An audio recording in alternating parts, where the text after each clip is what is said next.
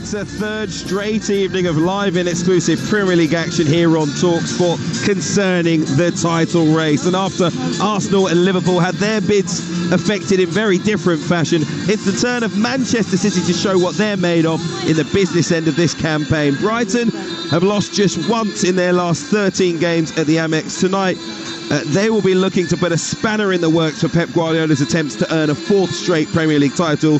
Kickoff coming in less than 10 minutes time. You're listening to Kickoff on Talksport with Enterprise Rent-A-Car. Enterprise has 450 branches with all the vehicles your business needs. I am Hugh Withercroft at the Amex alongside Scott Minto, the former Chelsea defender, and Sam Matterface. Let's talk about Brighton in a little bit more detail. In fact, a few minutes ago we were discussing some of the big managers who might be on the move this summer. Who knows? He could well be one of them, with links to AC Milan. Stefano Pioli set to leave them this summer. Who knows if De Zerbi will take his place?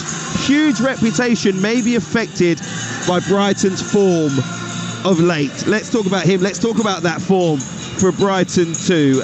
Sam, I'll come to you. Firstly, do you think Premier League clubs should be looking at him? The best Premier League clubs should be looking at De Zerbi, the likes of Liverpool. I think that there will be looking at him. I don't think that he will end up as a Liverpool manager this time around, but I think there will be big clubs everywhere across Europe looking at him because of the way that his team played last season, because of what they did in Europe this year. With a club like Brighton to come up with performances like the one here on the final home game of last season against Manchester City. They're wonderful performances in Europe. Some of their performances in Europe are brilliant, especially those games against Marseille. I mean, terrific to watch. You know, I think you can't help but take notice of him. Also, I mean, everyone keeps going on about how bad their form has been, and it certainly hasn't been anywhere near as good as they were last season. But Brighton ended up qualifying for Europe for the first time last season because they played very, very well, and others who were expected to challenge didn't. And also, you've got to factor in that they've had a serious number of injuries. And finally, they lost against Arsenal the last time they played here. That's the only defeat they had at home in 16 Premier League games. That's not a bad home record. It isn't. But we still expect a little bit more from them, particularly when it comes to that wins column. If they are going to get themselves back into Europe for next season, Sam, they've got some work to do. The only thing I'd say is that there will be one or two that are frightened off by his personality. He's volatile. He speaks as he finds. He says what comes into his brain, and he does not care who he upsets.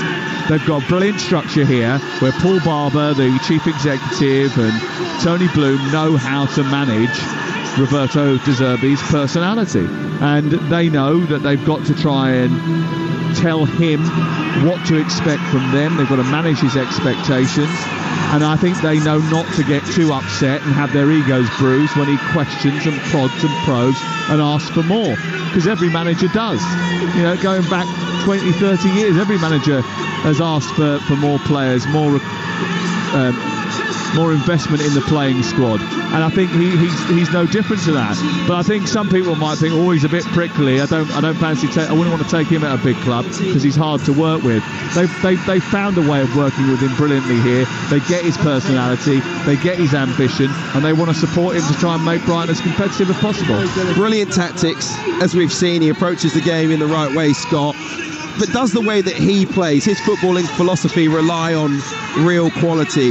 Because there are some saying that with the record that they've had this season, he's been found out a little bit, which, as Sam points out, is probably harsh given the number of injuries they've had. But ultimately, the manager's job is to find a solution. He hasn't really found that recently. No, but what I said at the start was, you know, Brighton are where they are, and they haven't been in pretty much their whole history. He's taken the club on from Graham Potter, and he has taken it another step further as well. And the reason why those stats aren't particularly good is because the reason why he's kind of moaning that he wants a deeper squad. When everybody's fit, this team can match almost anybody.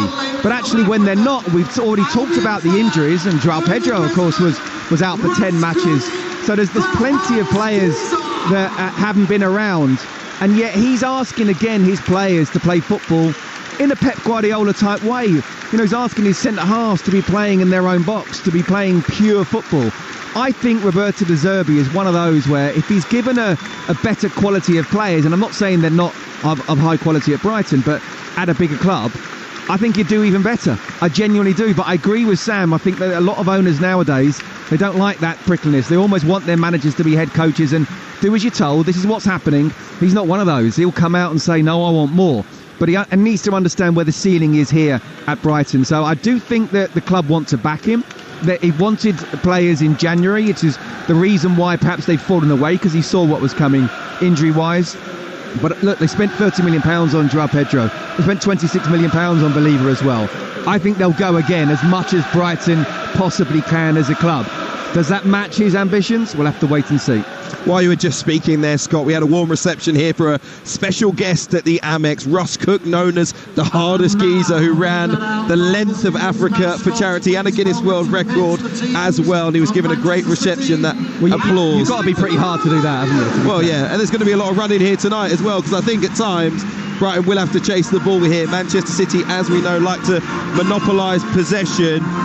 What do you think will be key to City taking all 3 points tonight? Look, I think if City are at it physically, I'm pretty sure they will be mentally. Then, and looking at the side as well, even the sort of wide players really are central midfielders in Foden and Silva. So they'll be looking to absolutely control the ball, because we know that De Zerbi's teams like to try and control the ball. But if it's like for like, if they're up for this physically, then Manchester City should be in control of this situation. But there's no doubt about it, Brighton, especially at home, and Sam talked about how they're not often beaten here. To be unbeaten, Manchester City tonight is not enough. They need to come away with all 3 points. If Brighton get the first goal, it could well make things interesting. I just think they've had an extra couple of days to not be as leg as they were at Wembley in the semi-final. And I do expect City's quality with the players they've got, De Bruyne, Kovacic, Silva, Foden and Rodri, of course, in behind. I expect them to dictate the pace of this game and to win, not necessarily by 3 or 4 goals, but I do think they should win reasonably comfortably. We've just heard a great rendition of Sussex by the Sea from these Brighton fans. Pyrotechnics, flames going up into the sky here on the south coast. The stars of Manchester City, the treble winners, are in town tonight. Remember, over on Talksport 2 right now, we've got Super League action between St Helens and Huddersfield. But here at the Amex, another key fixture in the race for the Premier League title. Arsenal's stamina looks stronger this season. Liverpool could well have fallen at the penultimate fence. Will the true class in the field, Manchester City, power past the winning post once again? The next hurdle is Brighton and Hove Albion, live and exclusive on Talksport. Remember, a win for City lifts them into second place with a game in hand and only 4 matches for their rivals to play. Your commentary team is the Chelsea FA Cup winner Scott Minto and our chief football commentator Sam Matterface. Evening everyone, welcome to the south coast of England under slate skies. A chilly evening with rain dotting in the air. And then there were 2. Well, after watching Arsenal bounce back to blitz Chelsea and Liverpool's form fall off a cliff, Pep Guardiola's side know they can't afford to take their foot off the gas. Weary and wounded at the weekend, he says he thinks it's a miracle that they are still going the way the schedule is. But here they are, 6 wins away from a 4th successive Premier League title. But this Premier League spring is an unsettled one. Only 2 sides have remained unbeaten in the last 5 Premier League games. One of them is Brentford and the other one is Manchester City. And City just about escaped from Wembley with the hopes of a double intact. Now they have to beat Brighton, and not many do that here. Brighton had gone 14 home games unbeaten before Arsenal thumped them in the first week of April, and they'd seen off Ajax, Marseille, Roma and Tottenham Hotspur in that run, as well as drawing with Liverpool. Plus, they haven't played for nearly 2 weeks, so they are rested and they are recuperated. Jared Gillett is the referee tonight. VAR watching from on high is John Brooks. Manchester City in their change kit, their 3rd kit, which is black with turquoise trim, lightning blue shocks and a flash of fluorescent pink on the sponsor and around the crests. And for Brighton, it's the home kit of blue and white stripes, blue sleeves, blue shorts and socks, and they'll attack the goal away to our right in this first half. What a weekend of football we've got for you live on Talksport. There's so many games on Saturday. You'll turn your radio on at 11 o'clock in the morning, and you won't have to turn it off till 11 o'clock tonight without missing a single kick of live football. We've got loads, including West Ham against Liverpool on the Talksport network, and the conclusion to the Championship title race as well. But it's the Premier League title race this evening that we're focusing on. Liverpool dropped points last night. Arsenal absolutely bulldozed Chelsea on Tuesday night. What are we getting tonight, Scott Minto? It's going to be fascinating to see, isn't it? I think the fact that Brighton have rested a little bit and City are going again game after game after game might be a little bit of a leveler physically, but I do think Pep Guardiola has purposely picked a lot of midfielders in this side to try and control the tempo of the game. They want to control it, not Brighton, especially knowing how good Brighton can be at home with the fans behind them. Lallana plays it into Baleba, comes back down the left-hand side. There was a late change by Guardiola, looked like he handballed it anyway, and there is an issue on this near touchline for Danny Welbeck, who's slowly getting back to his feet.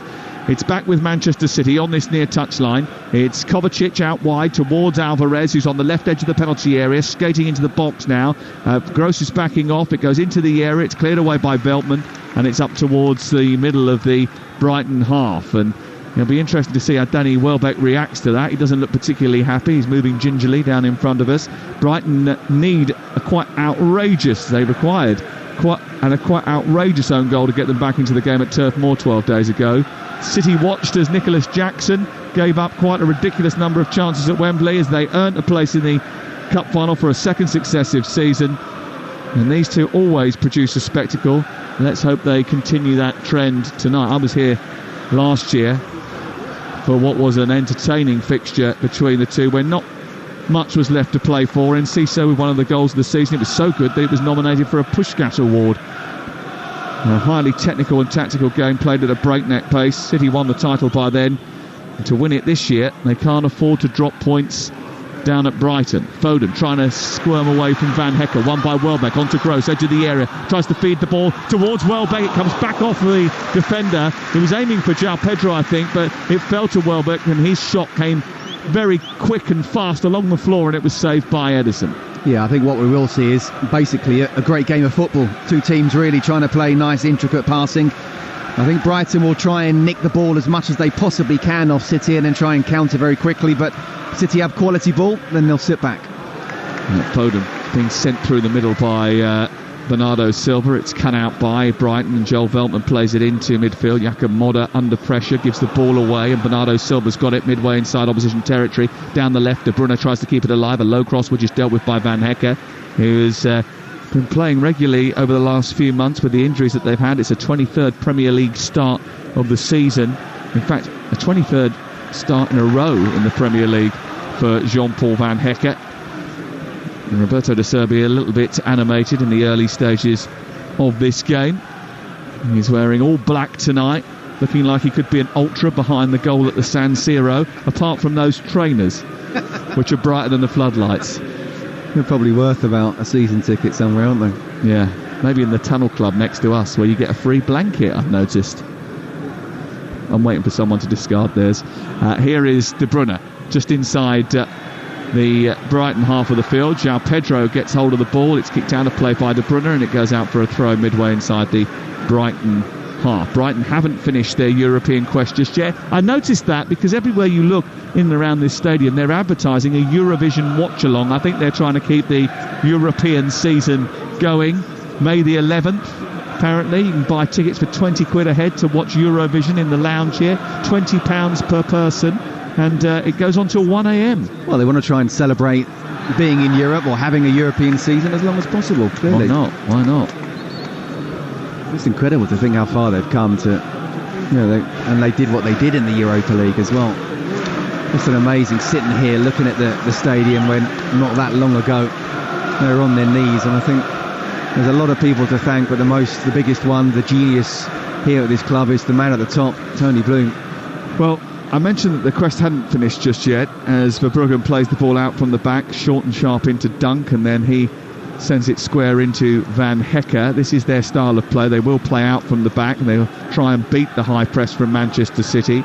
It goes back to Van Hecker after a bit of pressure from Bernardo Silva, and it's cleared away by Verbruggen out to the far side, the left. And starting for the first time, Barco, who's very slender, takes it in, deals with it well under pressure. What a way to start your first Premier League game against Manchester City, of all people. Up to Lallana, good touch by João Pedro, and then it was engaged and won by Carl Walker, but João Pedro's got it back again, and then Welbeck runs through the middle. He's got support on the right hand side from Veltman, who's bursting up outside him. João Pedro allowed to run a long way, and then Veltman's return ball is a poor one. He just sort of wafted his right foot at it really and just tried to help it on, and it went straight into Josko Vardiol and took out towards this near touchline. No, but that's where City are at the most vulnerable. A wonderful team on the ball, but if they lose the ball, then with a bit of pace or quick passing, then they can be got at, the City defence. And obviously with one of the back four stepping into midfield, if they can suddenly get in behind, with the pace that Brighton do have, they can hurt City tonight. And I say Verbruggen, I meant Jason Steele, who's in goal tonight. It's his third appearance in 11 Premier League games, Jason Steele. They've changed that goalkeeper a number of times over the course of the season. Here is Rodri out towards the far side, trying to find Akanji into Foden, then back infield to Kovacic nudges it through to Akanji once again. It's taken in by Akanji and then back to the halfway line. I think Jason Steele, though, sorry Sam, the reason why he's in, especially against a team like Manchester City, is because of the way that he wants to play. He wants his team to play. He's a very good footballer as well as a goalkeeper. He's seen off plenty of goalkeepers, hasn't he, already? Here is Bernardo Silva in the centre circle, back to Kovacic. I mentioned that people think that Brighton have got nothing to play for. That's not true, because they face Chelsea, Newcastle, Manchester United, the three teams that are above them in the table before the end of the season, so they can climb significantly up the league should they get 3 points in that match. They'll climb significantly should they get 3 points here.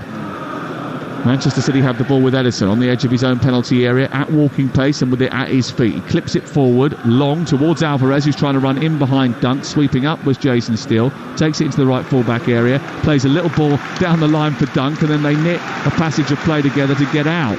And again, it's good passing football under pressure from Brighton, and that doesn't allow City a shot on their goal. It is high risk, though, isn't it? Absolutely. It's exactly the way that sort of Pep Guardiola wants his team to play, and Roberto De Zerbi is asking players of a, shall we say, slightly lesser level to do that. But Jason Steele playing like a top sweeper there.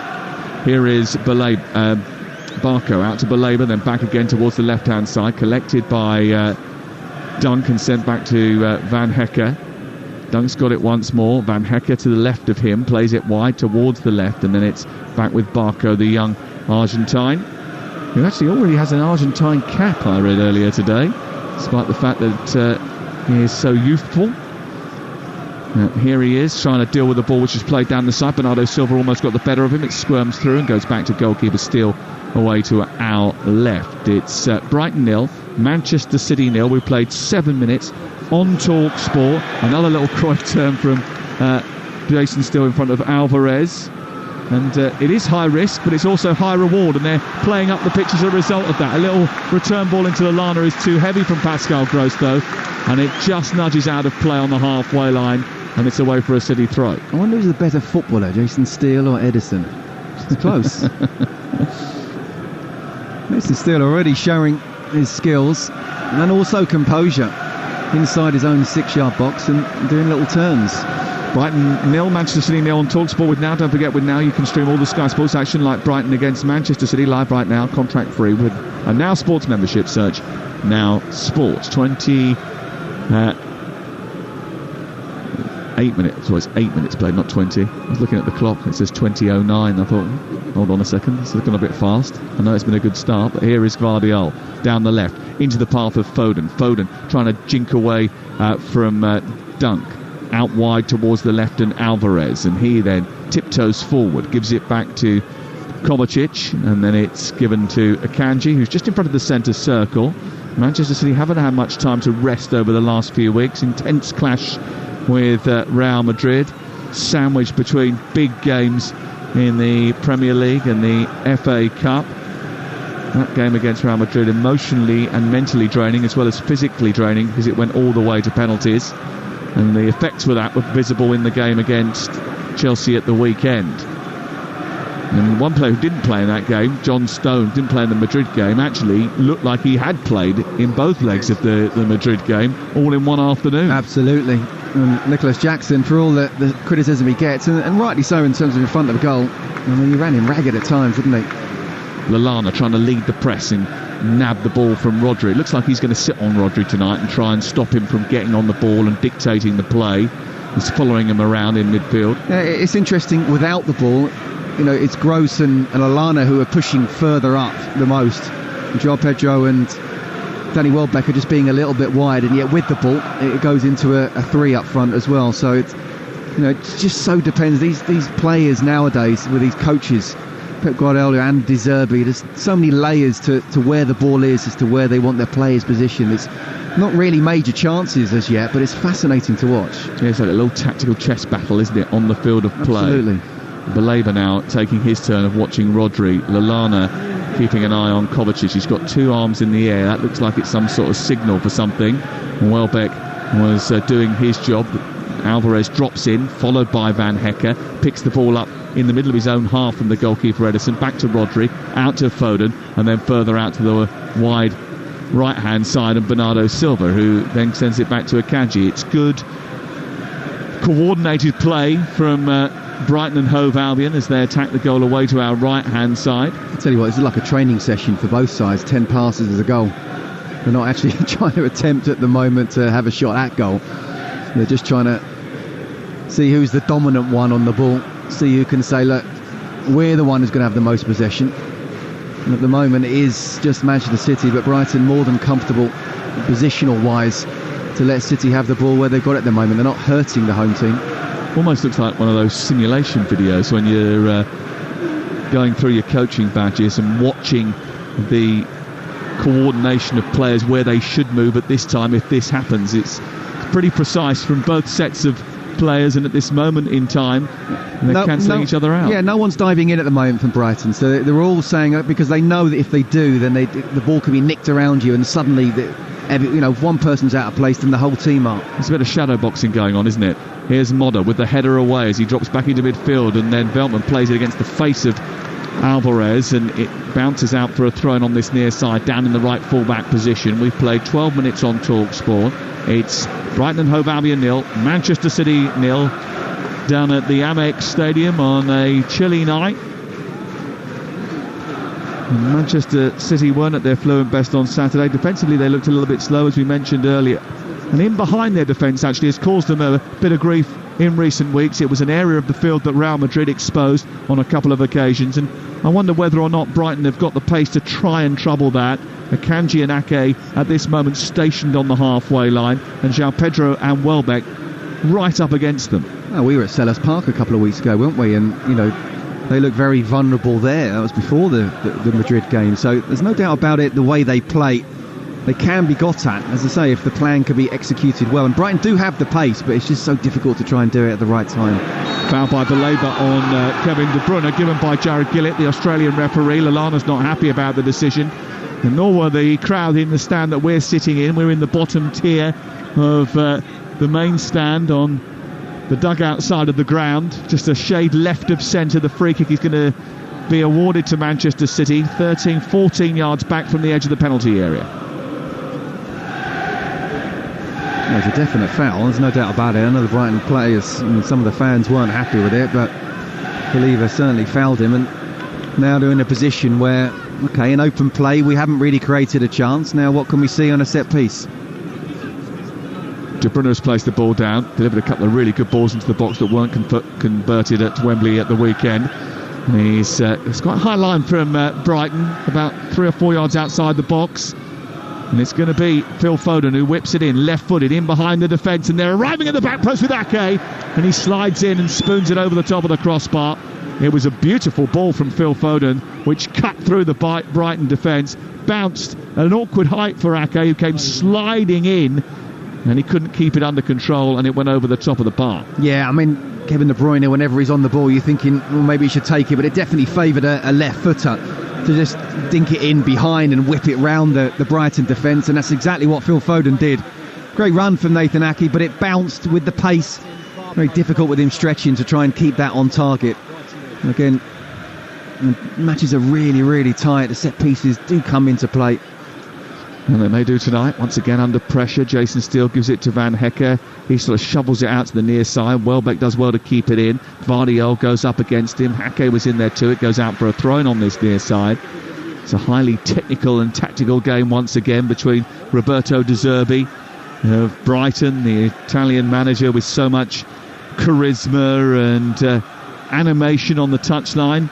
Certainly, if anyone gives him a run for his money in terms of animation, it's Pep Guardiola in the other dugout. Slightly sloppy pass from Lallana, almost put them in trouble. Taken down by Barco far side, and he thought he got away with it and kept it in, but didn't quite.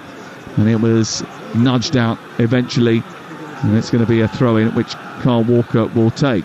Yeah, I like De Zerbi, I really do. I know he can be very prickly, and I do think it might put some owners off, but you know, if you can control him in the way that Paul Barber and Tony Bloom can here at the moment, and I think the football he plays is brilliant. He talked about the sloppy pass, but that's because he's asking his players and his centre-backs, as well as his central midfielders, to play as if you're in the final third, not as if you're in your own third.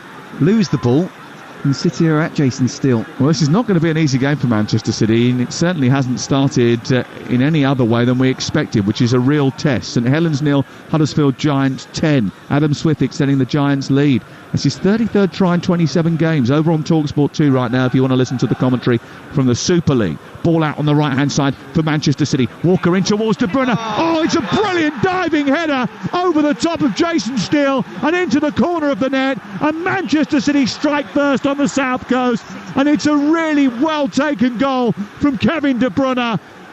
His feet are like wands, but his head's not bad either. It's Brighton 0, Manchester City 1. I think it was his Barnett that got on the end of that one.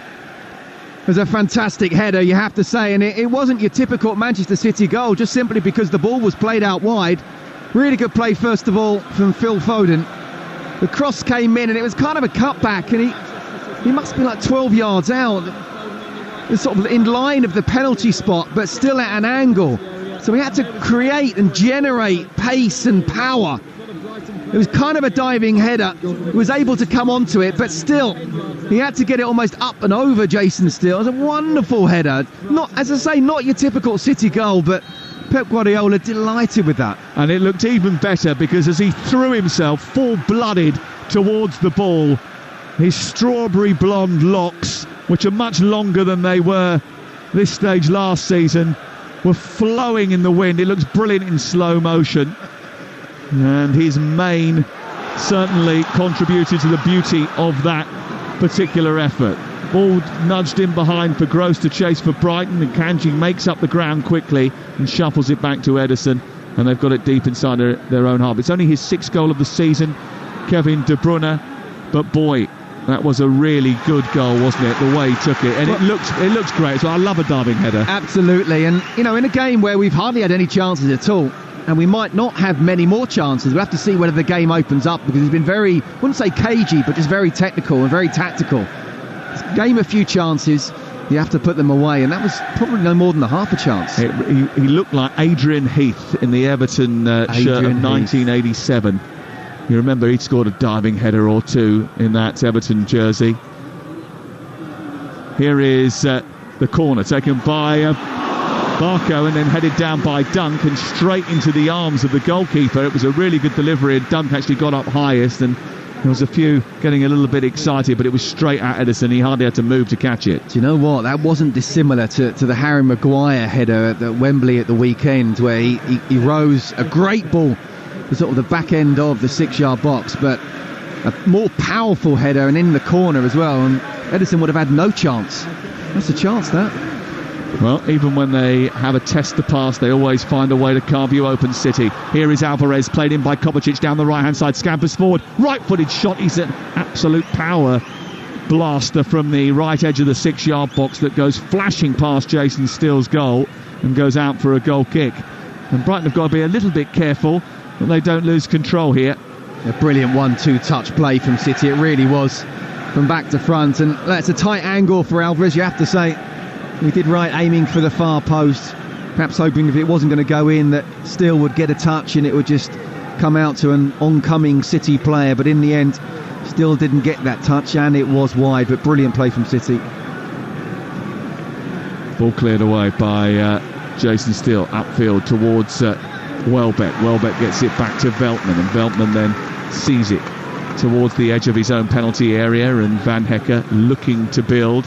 He's had such an influence on tight games away from home over the course of the season, Kevin De Bruyne. Here is Baleba striding forward, almost lost the ball but managed to regather it, tries to poke it out wide towards the left, and it hits a City body. Just carried it a little bit awkwardly as he got into the final third, and it was prevented from going the distance by Rodri. Once again, Modder steps out with the ball into the centre circle, collected by Barco, and Brighton have it on halfway. It's Brighton 0, Manchester City 1. Manchester City pouncing after 17 minutes. Kevin De Bruyne with yet another goal.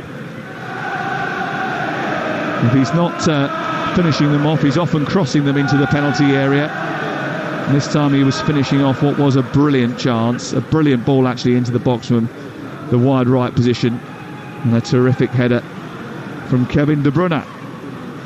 It's interesting, not just watching the game, but watching the two managers. I mean, De Zerbi is bouncing up and down the touchline. Just saw Guardiola just on one knee. I don't quite know what he was looking at or whether he was just thinking, but even that's worth the watch. Pure theatre, those two. Maybe they'll do a stand-up show, a double act show when they retire from football management. I don't think they'd want to share the stage with anybody else. Here is, in fact, actually, if they were going to share it with anyone, it would be each other. The interviews before the games were complete love-ins, weren't they? Ball switched from one side to the other. Gvardiol takes it down. He looks up, feeds Nathan Ake, who's 20 yards inside opposition territory, guides it back to Gvardiol once again, and then all the way back to Rodri. Shirt tucked in at the waist, as is always his wont. Back to Gvardiol, and then into Mateo Kovacic, who came off the bench actually and had a little bit of control at Wembley on Saturday. Interesting, Kevin De Bruyne, since he's come back from injury, and bearing in mind he spent 5 months on the sidelines, in 2024 itself, 5 goals, 6 goals now, 12 assists in 17 appearances since returning from his hamstring injury. And people say he's not been at his best. And here he is bounding forward, getting towards the edge of the penalty area, trying a right foot shot, which is blocked by Van Hecke, and goes behind and away for a corner kick over on the far side. And that was his first ever headed goal in the Premier League, would you believe? Well, he normally scores them, as you say, mostly with his right foot, sometimes with his left foot, but it does surprise me that's his first with his head.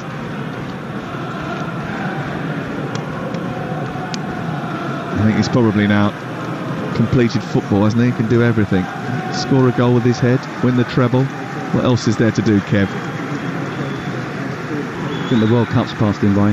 Ball in towards the near post, headed away, but only as far as Alvarez, who allows it to sit up in front of him, strikes it, goes wide of the left-hand upright, and it's out for a goal kick to Brighton. And they've got to find a way of getting back into this game, really, because since that goal went in, the tide has turned in Manchester City's favour. They always looked as if they had a threat, but they have squeezed Brighton inside their own half of the field, and there's only been the very rarest of forays into opposition territory for Roberto De Zerbi's men. Yeah, I think even before the goal, I think City was starting to really dominate in terms of possession. It's amazing how tight they do it there, isn't it, with Jason Steele just playing it in where there's 4 Manchester City players ready to pounce. But Brighton, well coached by De Zerbi, wanting to play that risk and reward. Well, there's confidence amongst the group, isn't there? I mean, Baleba, who's still an incredibly young man, he's only 20 years of age, the Cameroon international, as the ball goes into the box down the right with Foden. Foden was brought down outside the box, and then they waited to see what happened as he went into it. Advantage wasn't taken, and it's going to be a free kick right on the edge of the penalty area. There's just a little nibble at him from Modder, and then there wasn't much in it from Lewis Dunk. I think he slipped there. Well, he's gone past Dunk, who's touched him a little bit. I don't think that's enough to go down. No. When you're running at pace, don't get me wrong, the slightest touch can push you over, but I don't think that was enough. This is a soft free kick. I don't think he was he went down sort of diving. No, he just lost his footing. Yeah, they got a little slap on the belly from Dunk. Nothing more than that. Yeah. But this is a big position now, isn't it? It's a big moment to go 2-0 up in the game, and what we're saying, Brighton away, and how good they can play despite their form not being brilliant. This is a massive moment and a great position for whoever decides to take it. Free kick on the edge of the area, and it's about a yard or so outside the box. Jared Gillett just lining up the wall. Brighton were furious about the award of this free kick. It's about a 45-degree angle to the goal. It probably favours the left footer here, I think, Scott. Yeah, it does. It does, although Kevin De Bruyne allowed Phil Foden to take the free kick before because he was just whipping it in. This is a shot at goal. Well, De Bruyne and Foden are over it. It's Foden who strikes it through the wall and in. Phil Foden celebrates by the corner flag. He loves a goal against Brighton. It's 7-7 against them now. But Brighton will be furious about the award of the free kick, which led up to the chance that Phil Foden has cracked through the wall with a little deflection to take it past Jason Steele. I think it came off Gross and went beyond the goalkeeper, and it's now 2-0. Oh, do you know what? That's unlucky. I'm wondering whether actually, the wall has split, but it hasn't. It's gone wide of the wall. But Gross, he's turning his body. Again, when you're in the wall or when you're just outside it, a shot coming, just stand still, cover what you need to cover, and then whatever gets hit, gets hit. Just by turning his body, it's come off his side. And Jason Steele's gone one way, the ball's gone the other, and talked about that being a possible big moment in the game. That's 2-0 up now. And where it was really cagey early on, City have just stepped it up a lot and put the foot on the gas, and suddenly it's going to be very difficult for Brighton to get back now. 24th goal of the season for Phil Foden, who loves a goal down on the south coast. He loves scoring against Brighton, and he loved that moment. He went away, wheeling away in celebration. And I think because it signified that Manchester City have taken an iron grip on this game, and one of those away matches where people had suggested that possibly it could be a place they might slip. Well, they're well on the road to getting 3 points at the Amex Stadium. Do you know what as well? We wondered how they'd be physically, and I thought with the extra sort of day or so that they've had since Saturday they'd be okay, and they have been very good. After the first couple of minutes, Brighton were given as good as they got in terms of possession. No one was really creating any chances, then City just literally stepped it up, and they've been excellent ever since. Well, it's a fortunate free kick on the edge of the penalty area, and he got fortunate with the deflection, I suppose, in a way. But Manchester City lead by 2-0, and the way the game has gone, I don't think that Brighton can have too many complaints. No, do you know what? It's probably by Foden over on the far side. Barco went to get it, and he was late on him. It's a free kick just outside the area, left-hand side. It was an unnecessary challenge. Yeah, it's a foul. It's nothing more than that. The crowd obviously trying to get behind the team and hoping that it'd get a yellow card, but it's a foul. But look, yeah, okay, a little bit lucky. You can say we've been awarding of the free kick, but you can say that Foden earned that luck by driving into the defence of Brighton, and then you can say a little bit of luck with Gross sort of turning his back, but Gross has got to be stronger there. He's had a shot at goal, Foden, and again, he's been bold on both occasions there. First of all, on the ball, winning the free kick. Second of all, a little bit of luck with deflection, but saying, I want this. So he's earned his luck. De Bruyne and Phil Foden on the score sheet already for Manchester City tonight. And we played just 28 minutes on Talksport. Here is Phil Foden, who's getting booed by the Brighton supporters after one scoring that goal and committing that foul on Barco. I'm not sure he'll be too fazed by that. He's got a thick skin. I wonder if he can replicate this goal-scoring form for England. The issue that they've got, though, is where they get him into the team, as De Bruyne threatens to run in behind, but Barco will tidy that up. Getting him in the team is a problem because he's thriving mostly in that number 10 position, isn't he? That's where he has been at his most effective for Manchester City. He has influence from the sides, but when he's in the number 10, he's absolutely deadly. He isn't going to play that position for England. Well, no. I spoke to somebody who shall remain nameless, but let's just say a very, very big name of English football, past and present, who said to me that he'd play Foden ahead of Saka for England. He's still not going to play at number 10, though, is he? No, but he can play. No, he's not going to play number 10. Bellingham will play the number 10, but his next best position is probably on the right, just coming off and coming inside onto his left foot. But to be fair, tonight he's playing absolutely everywhere. He certainly is. He's enjoying the freedom of the Amex Stadium. Here's Kovacic on halfway, taking the ball back and nudging it into the path of Ake. Akanji being told to narrow off and close the gap in the middle of the defence as Bernardo Silva takes the ball on and charges down the left, releases it to Gvardiol, a couple of steps in from the left touchline, and then it's on to Ake. Ake now back into centre field. Rodri spots a little gap, threads the ball through it, finds Kovacic, he helps it on in towards Alvarez on the D, tries to twirl away from one challenge, gets it out wide right, Walker with a low cross, and Jason still reacts well, grabs it. There was an offside flag up over on the far side by the assistant referee. No, but it's all City at the moment, isn't it? They are absolutely bossing this game at the moment. Kevin De Bruyne's popping up on the left, Foden's popping up on the right, and then 30 seconds later they've switched round. And by the way, they have to find a way. Gareth has to find a way for Foden to be in the side. He's got to start.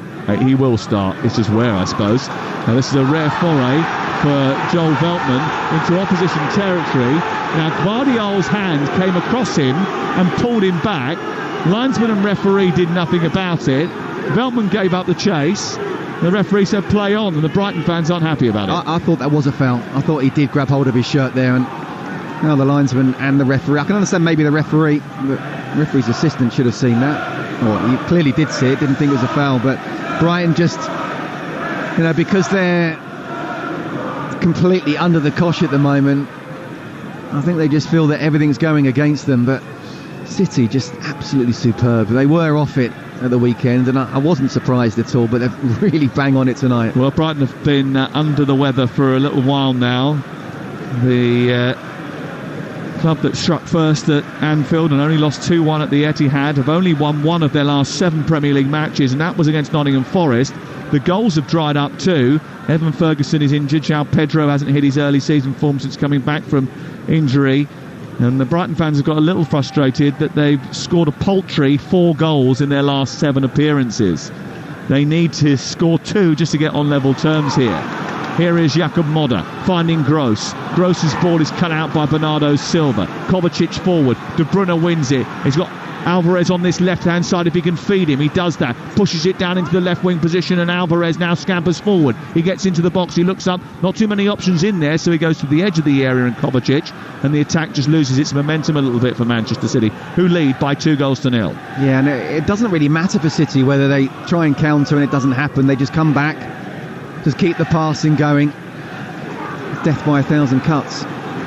Here is De Bruyne, dispossessed Baleba out to the near touchline, and Brighton get hold of the ball inside their own half. Now they've got to find a way of getting out of the press and moving up the pitch. It's been a problem for them because Manchester City have smothered them right from the very front.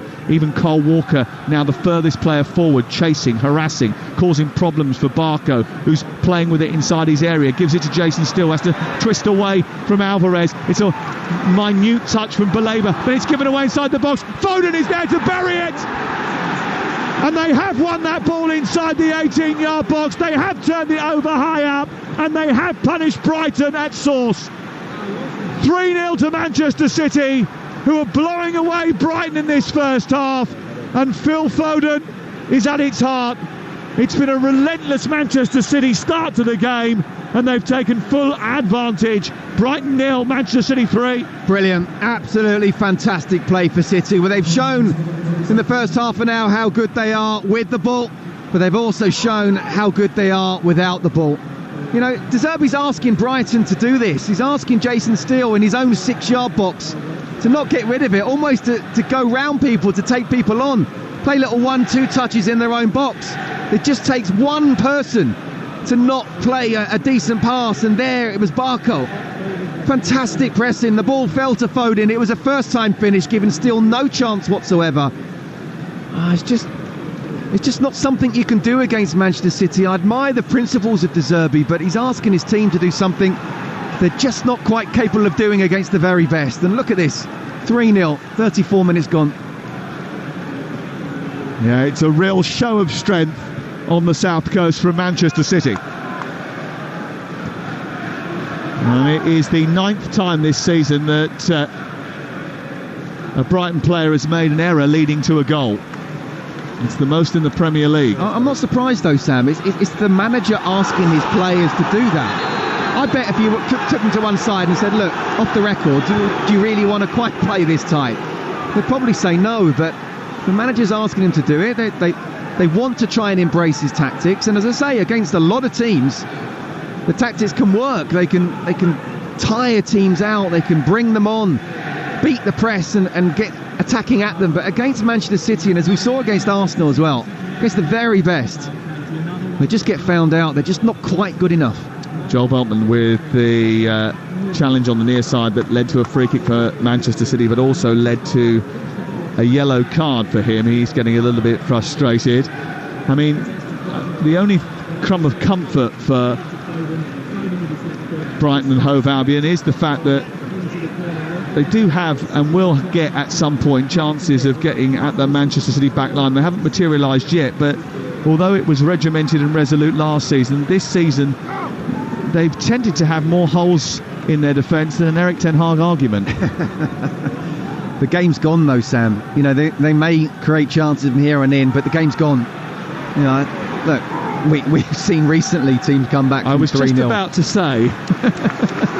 This is Manchester City, not Manchester United. Here is João Pedro down the right-hand side, getting towards the edge of the box, skips his way in, fires it into the penalty area, goes right through the other side. Barco keeps it alive and shoots the ball towards the near post. It's blocked by Walker and then comes back in, takes a deflection, goes behind, and it's out for a corner over on the far side. Well, if they are to make a game of it, then a goal before half-time would certainly help. They absolutely need a goal before half-time, just psychologically, to say, OK, the next one, and suddenly we're back in it.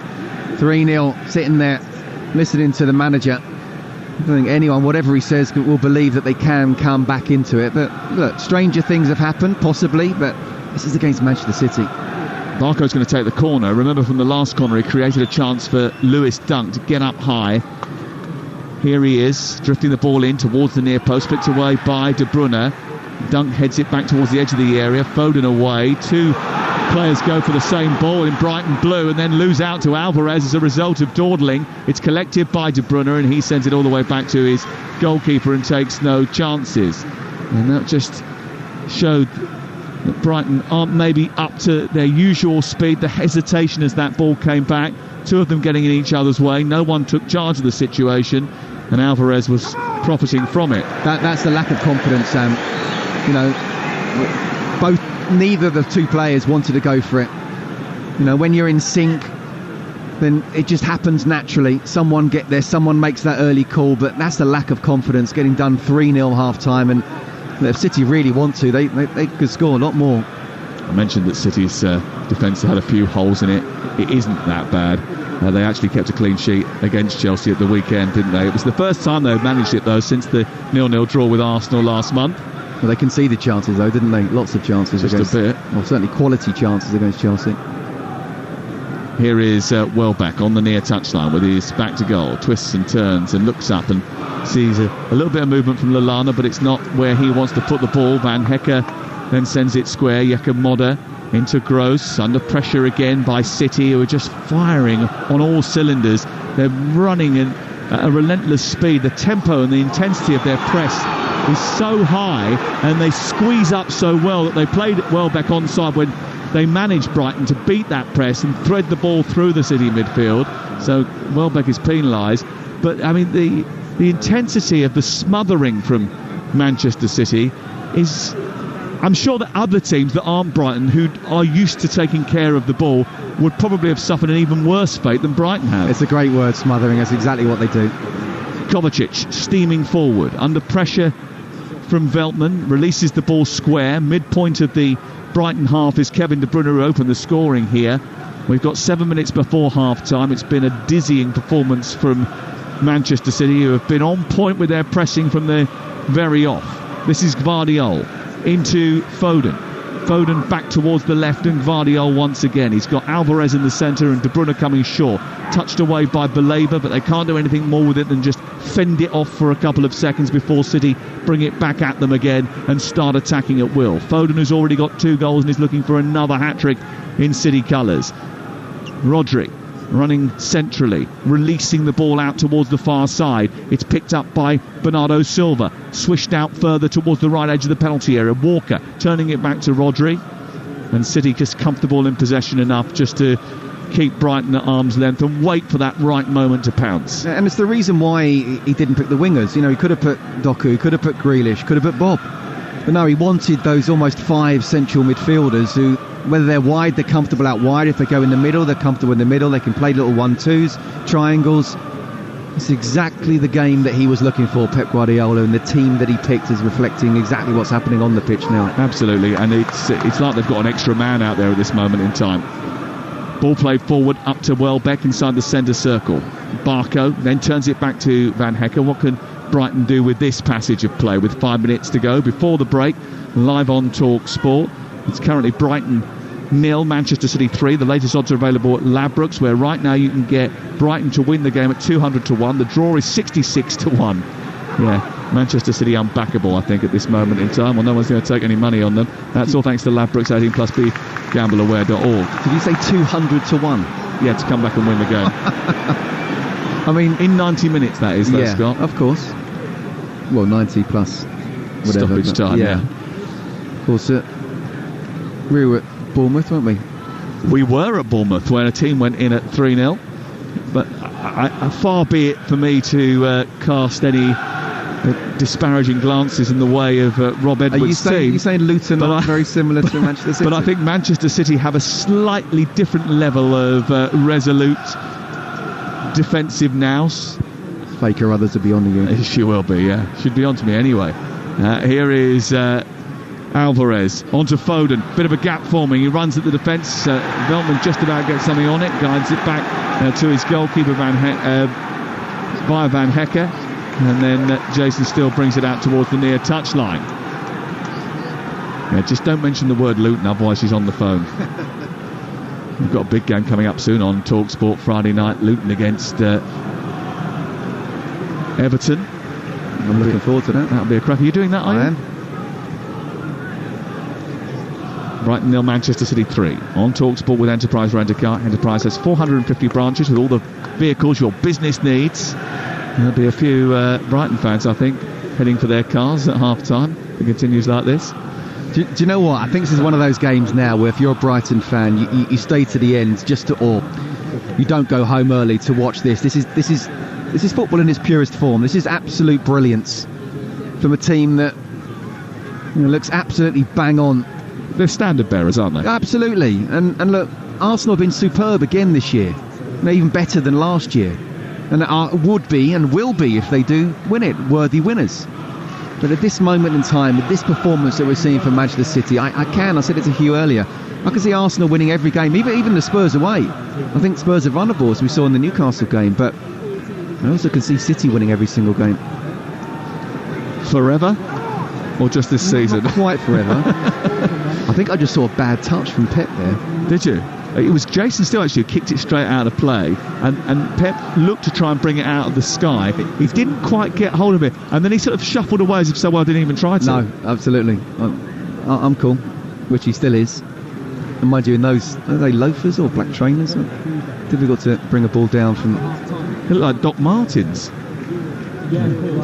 Big, thick rubber sole on them, and yeah, they're leather. Yeah, it's difficult to bring the ball down that way, isn't it, wearing those?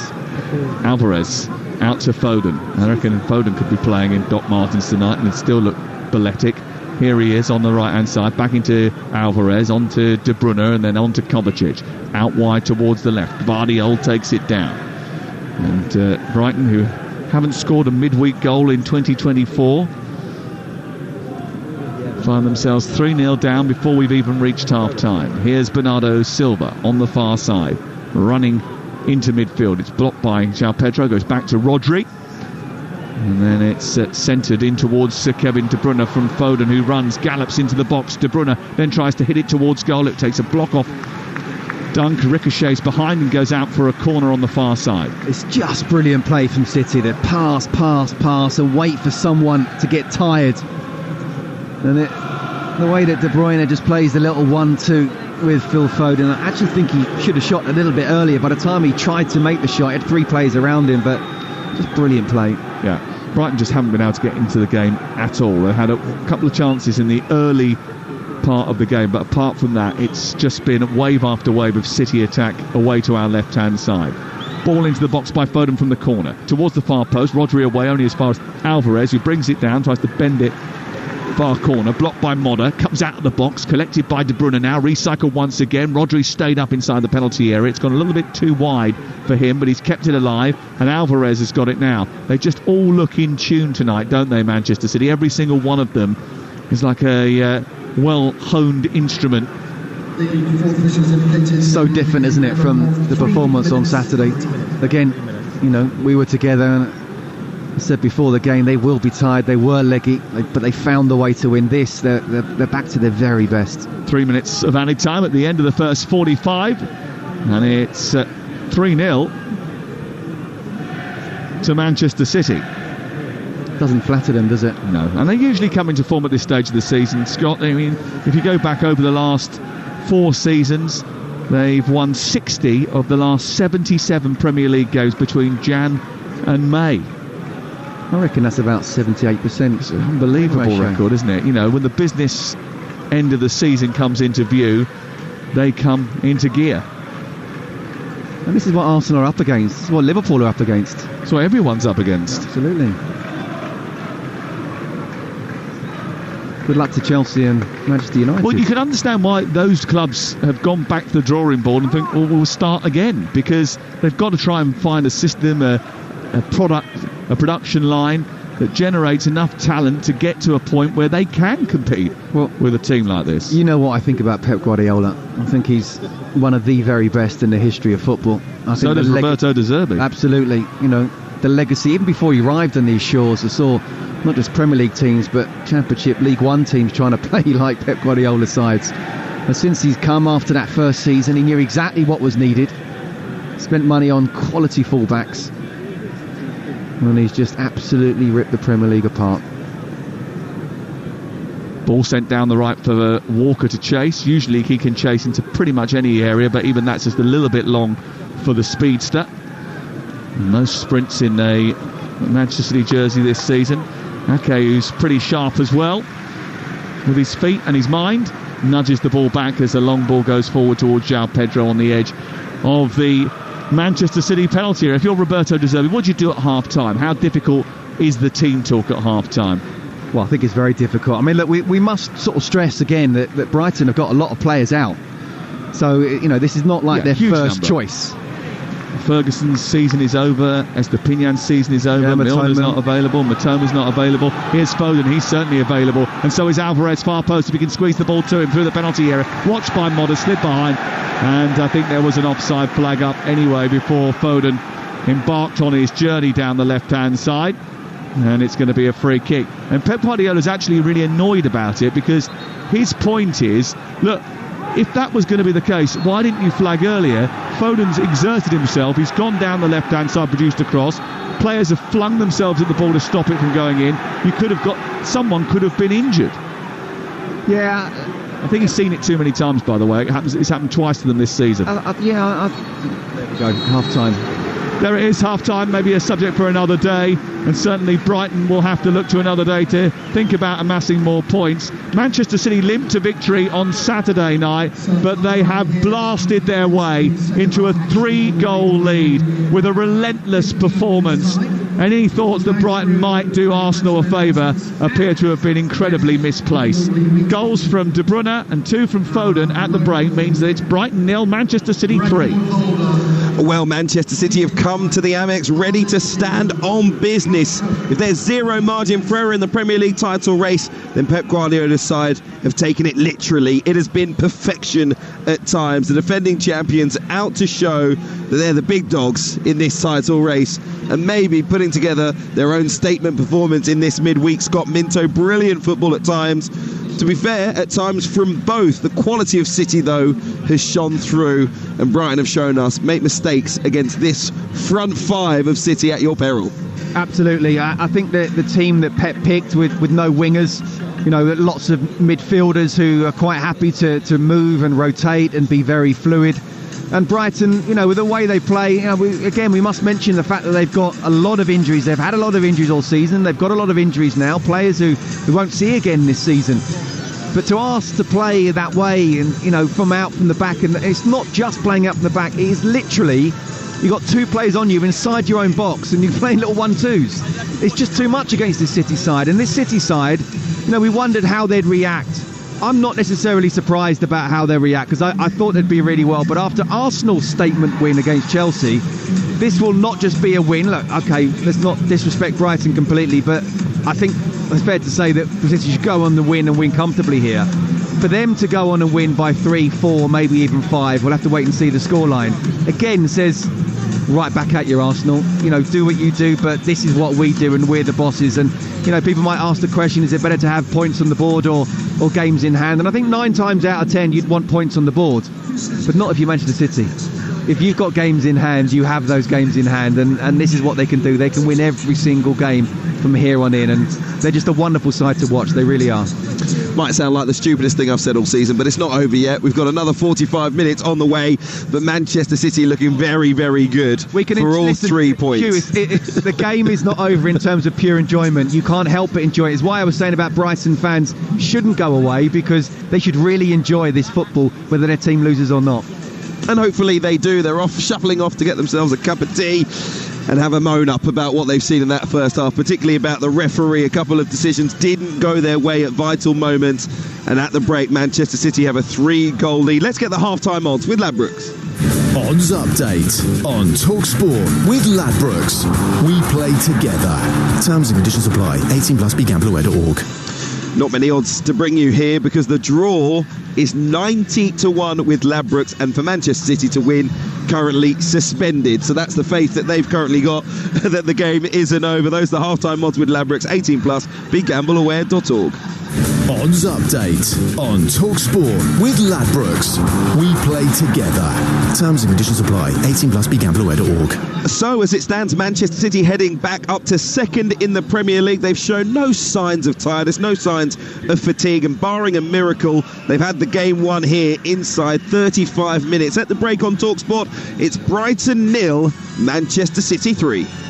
Kick-off on Talksport with Ladbrokes. We play together. Terms and conditions apply. 18+, begambleaware.org. Uno is now available in McDonald's Happy Meal. So let's see who can shout Uno first. Bring it on. Yes. Ooh, no! A wild card. Right. Yes, back in the game. Yes. Ooh, no! Draw 1 card. Uno. Better luck next time. Have fun with your Uno cards. Does that one count? Nope. Oh. Some fun, some food, it's all inside this Happy Meal. Until 7th of May from 11 a.m. Includes one pre-selected book or toy. Uno range comprises toys only, while stocks last. Hope there won't be any VAR delays today. Heard that rumour about their striker. Can't wait to see what the pundits make of that booking.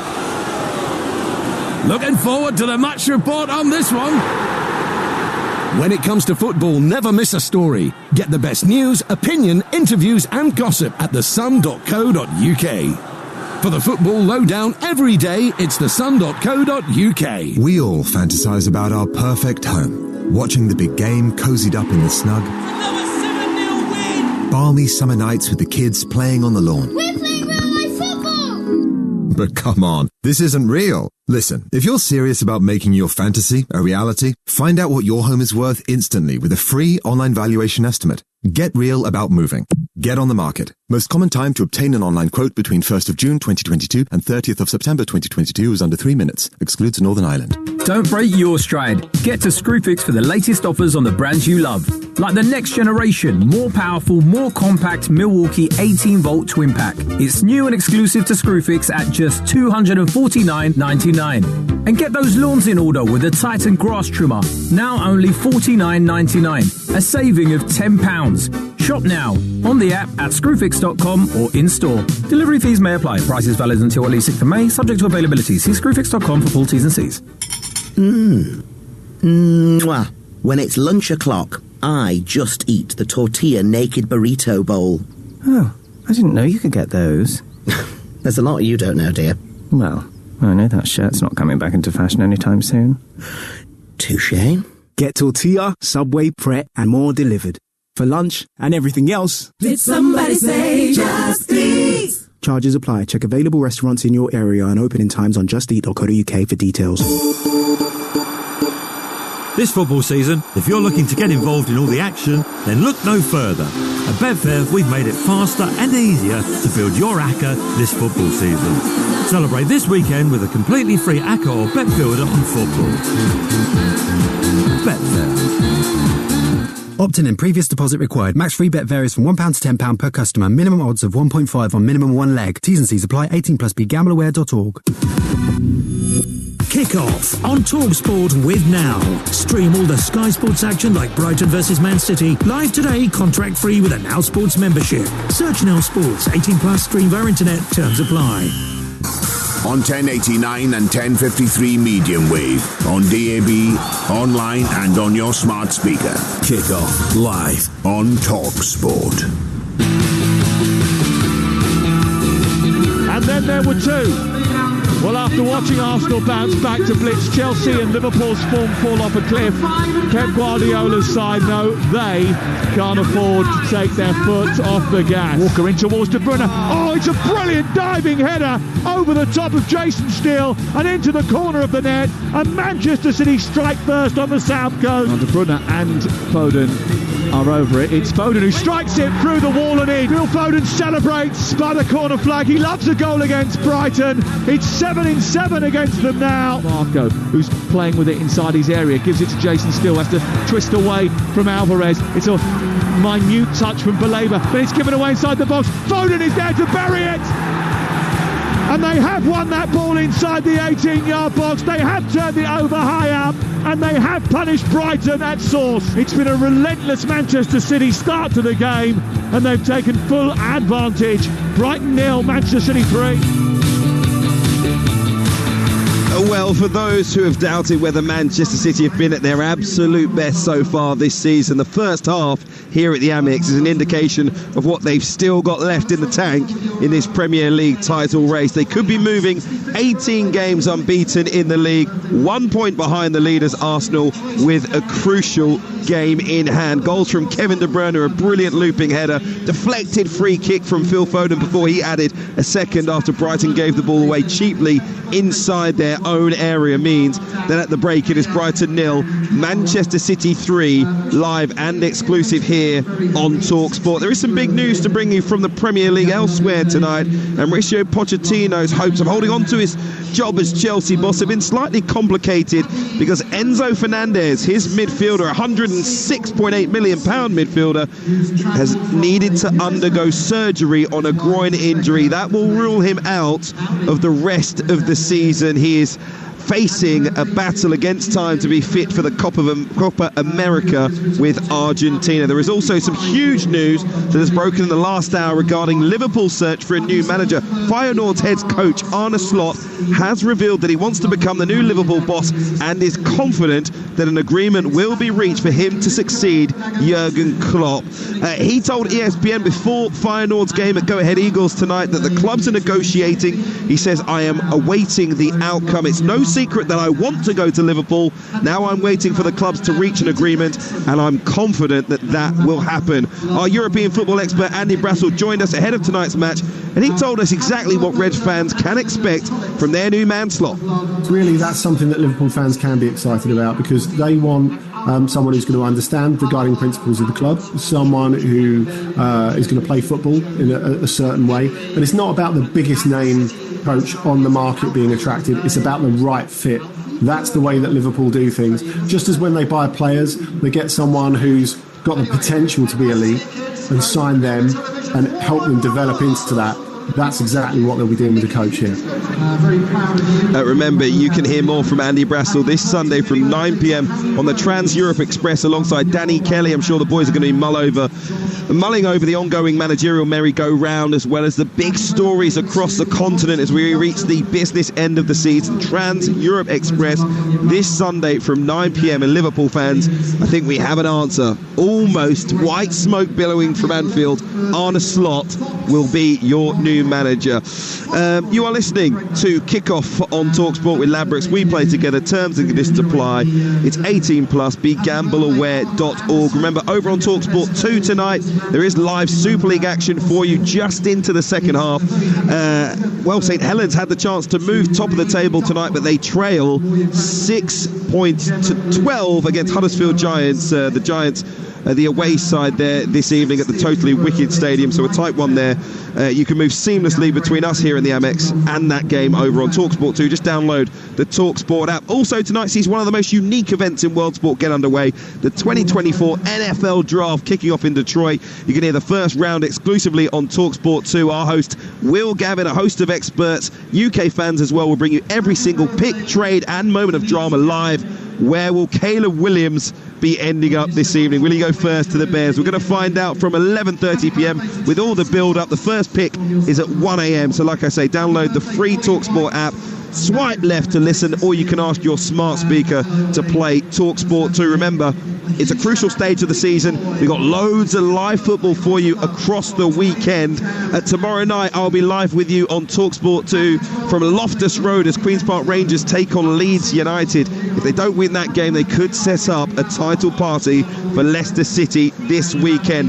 Massive game this Saturday on TalkSport. 12:30 kickoff. Liverpool playing once again, this time away at West Ham United. We'll have Game Day Live with Adrian Durham at 2:30. At 8 p.m, we will have Aston Villa against Chelsea in the Premier League, and it's a very busy day over on TalkSport 2 as well.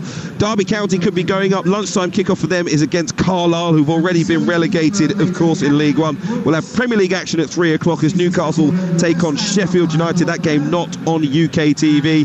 The second leg, huge game for Chelsea's women. They take a 1-0 lead into the second leg of the Women's Champions League semi-final, taking on Barcelona at home. 5:30 kickoff for that one, and a huge game. Hull and Ipswich in the Championship rounds off a busy day of football on Saturday. That's an 8 p.m. kickoff, exclusively live on TalkSport 2. Well, okay, already has been a busy midweek for us. Scott Minto, the former Chelsea defender, is alongside me at the Amex. What can Brighton do to salvage something out of this game? We've seen quite a few Brighton players warming up in earnest at the break. We wonder whether Pep Guardiola will make a raft of changes given the protestations around scheduling and the tiredness his players have expressed, as we feel this game is already won. Or would that be complacent of him? Yes, it would be. I'd be surprised if he does make changes straight away, although I wouldn't be surprised if he does make them after sort of 15-20 minutes, just providing that Brighton haven't got a goal. But I think it's all about mentality here, from both sides really. I do feel the game is done and dusted, but from Brighton's point of view, they're obviously always playing for pride in front of their own fans. I think, you know, it's quality. I've just briefly discussing with Sam the sort of style that the Zerbi wants his teams to play, and I do admire what he wants to do and his principles, how he wants his team to play, but to ask his team, it's a little bit decimated by injuries, to play in the way they're doing against Manchester City. Now he'll sort of say, well, this is what I do, and Pep Guardiola will say exactly the same thing, so you have to respect that to a point. But I just think from a player's point of view, you're going out there thinking, I'm being asked to play this type of football against one of the best, not just teams with the ball but without the ball as well. I just don't see how they were going to get anything out of this game. Yeah. And after the first 5 or so minutes, you could see City just starting to turn the screw with the team that they've got. This is maybe what annoys fans about modern football, because it has been beautiful at times. A few times that Brighton have broken through the Manchester City press, you see how exquisitely coached they are. But they need to use their common sense at times. And fans will say, put it in row Z, hit it 60 yards down the field, even if it runs straight through to Edison, as long as it doesn't end up in the back of their net. But we see how it's almost like players are hamstrung now by the coaching. They have to do what the manager says. I couldn't agree more, Hugh. And look, I'm for all this type of football. I love watching it. I love talking about it. I appreciate the quality that's needed, not just in terms of the technical side, but the composure and the courage you need to do that. But I just feel against this Manchester City side that I always knew would be at it physically here, that it was always going to be difficult. So to be playing 1-2s in your own box and your goalkeeper doing a similar thing as well, I don't think they ever really stood a chance. And talk about City, I'd be surprised if they make changes, but Brighton definitely making changes. Brighton already back out, and now Manchester City come out led by Ederson as we approach getting the second half underway. Looks like there will be changes from Roberto De Zerbi. We did witness here in May of 2021 an incredible comeback from Brighton. They came down from 2 down against Manchester City to win the game through a Dan Burn winner. Will we get some similar miracles here tonight? Maybe against all odds. I'll leave you for the second half of Brighton 0, Manchester City 3, live and exclusive on Talksport with the Chelsea FA Cup winner Scott Minto alongside our very own Sam Matterface. Yeah, we had a couple of changes at half-time for Brighton. Joel Veltman has gone off. On comes Adiluga of Fire, who came through the ranks at Bromley as defender and gone straight into the action. Over on the right-hand side, Adingra has come on the right-hand side of the attack as well. Just trying to work out who he has come onto the pitch for. As a result of that, I think it's just a bit of a shift around with a Fire going at right back for Veltman and Adingra going out on that right-hand side. And Manchester City unchanged from the start of the game. Alan Lallana has been the one who's gone off as Gross goes into the penalty area. Feels as if he was knocked over by Rodri. The referee says no, and it's play on according to Jared Gillett, but I'm sure he will get a bit of attention from the Brighton supporters. He's waving away any protest of a penalty, saying he's not even checking with the VAR. What's your view? No, I don't think it was enough. I mean, Rodri had his arm up against Gross, but he's gone down. It's not enough to bring him down. No. Got to be careful, obviously, once you do that. He did have hold of his arm, didn't he? He did have hold of his arm, but just penalties aren't, basically, they're just not given like that. They're not. But it's been a good start in that sense from Brighton. Been trying to be very much on the front foot. Change personnel, trying to change the outcome of the game. It's going to be incredibly difficult. They trail by 3-0 at half-time. It was an exemplary performance from Manchester City, even by their high standards, in that first 45 minutes. They were properly on it. And interestingly, it's a display, one of their best halves of football that I've seen for quite some while, actually, from Manchester City. And a display that has taken place without Erling Haaland, the team. Yeah. That'll be something that will be raised tomorrow, I'm sure, as a talking point. I'm sure it will. I think it has been one of their best halves. I mean, the question was asked earlier, are Arsenal playing the best out the top three? And they probably are, but City know how to win games, but they're not being quite as fluid. Well, today they have. Ball switched out by Foden towards the near side, miskicked by Kyle Walker. The Brighton fans enjoyed it. It goes back to the edge of the box away to our right, and it's with Brighton and Hove Albion, who have in goal Jason Still. The right back now is a Fire. Van Hecker, Duncan, Barker make up the back four. It's Modder and Baleba in midfield, Gross in the 10, João Pedro on the left, Welbeck through the centre, and Adingra on the right hand side. And in black shirts with pink trim, attacking the goal away to our right, Ederson is the Manchester City goalkeeper, Walker, Akanji, Ake and Gvardiol, then Kovacic and Rodri, Bernardo Silva, De Bruyne and Alvarez, with Foden playing through the middle as the false nine. Alvarez and Silva very much the wide men in the game, although Alvarez occasionally going into occupied Dunk, but it's a very fluid system, and here Dunk heads the ball away but straight into the path of Foden, who runs over the halfway line through the centre circle out to the right. Did you see that though? The ball went to Ederson and he knocked it long. Yeah. You know, even the best are quite happy to knock it long. They're not reluctant to do it, they do it quite a lot. Here is Foden, and I'll tell you about one of the best goals that was scored and most important goals that was scored last season in a game as Foden loses his footing and the ball goes out of play. In a game between the top two in the Premier League, the goalkeeper sent the ball long into the centre forward, who chested it down, turned, popped it off to Kevin De Bruyne, who scored. Yep. It was against Arsenal, and it was one of the most significant goals of the season, and it was scored by Manchester City in that fashion. But my point is, you've got the top team Kovacic exchanging passes with Alvarez. The ball goes to the edge of the box. Foden can't get hold of it, and then Barco will bring it clear on this left-hand side after a series of challenges, some of them emergency ones, and still very tight because they're pressing high up once again. Modder plays it across the face of his own goal, takes a deflection off Rodri, goes behind the way for a goal kick. You can now get to your point, sorry, but even we're being ridiculously pressed by Manchester City. No, we are, and we're 30 yards from the touchline. But our time is being squeezed by them. Which is good, because we want to see both sides still really going for it. As I say, Brighton very much on the front foot, trying to press as much as they can. But look at Jason Steele. Look, there's a yard away. Who is that? Is that Phil Foden? A yard away from Steele, and he's just saying, "Come on, come on." Well, as you saw down the other end, Edison quite happy to knock it 50 yards down and say play from there. Well, every pass out from the back has to be millimetre perfect, because every single pass is a centimetre from disaster. I talk about Pep Guardiola's football in its purest form, and I'd say De Zerbi's probably taken it another step on.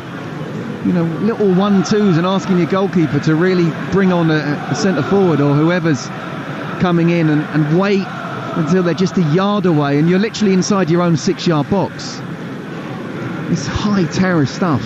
And they've given a free kick away over on the far side, and Kevin De Bruyne is going to take it. Foden has placed it down. De Bruyne looks up, eyeballs the defence. It's another high line from Brighton and Hove Albion, are about 2 yards inside their box here.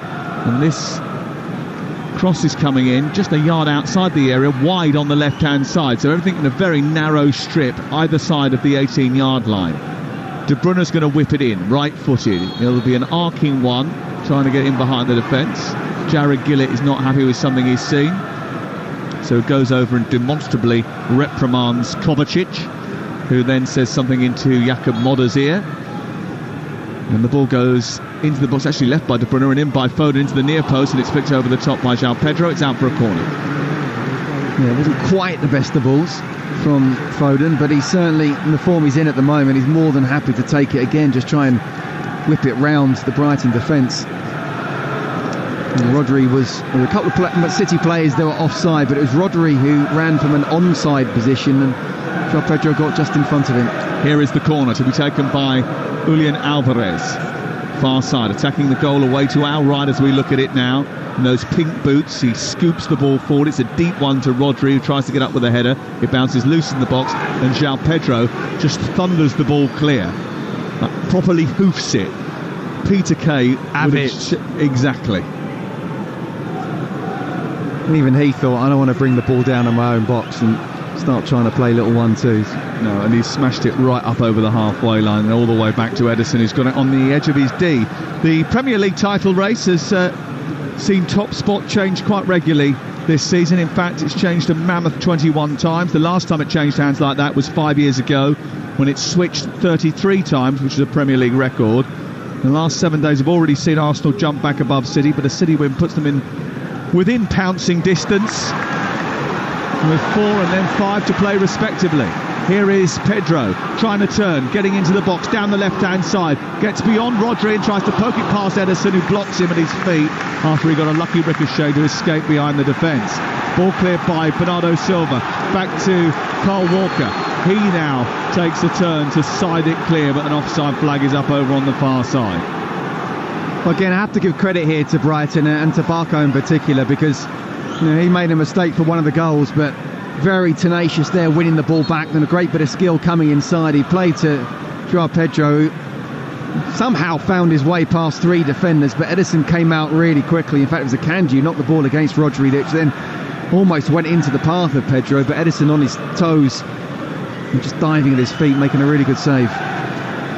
It is the tightest title race for 10 years, and it's well worth enjoying. And after this, we'll go to East London on Saturday for West Ham against Liverpool. Aston Villa Chelsea is 8 o'clock Saturday night in the Premier League. Sunday session comes from a variety of different places. I'm going to be in the studio on Saturday, but Alex Crook and Perry Groves will be at the North London Derby. We'll have reporters up and down the country on what is a busy day of Premier League WSL action. We'll keep you in touch. And then Tuesday night, Champions League. Wednesday night, Champions League. Thursday night, Friday night, Saturday, Sunday and Monday, the Premier League takes centre stage again. The place to be, Talksport, live and free. I thought you were Craig David there. We got more than 7 days, fella. Here is Ake, out to the far side. 50 days to the Euros today. Is it? Yeah.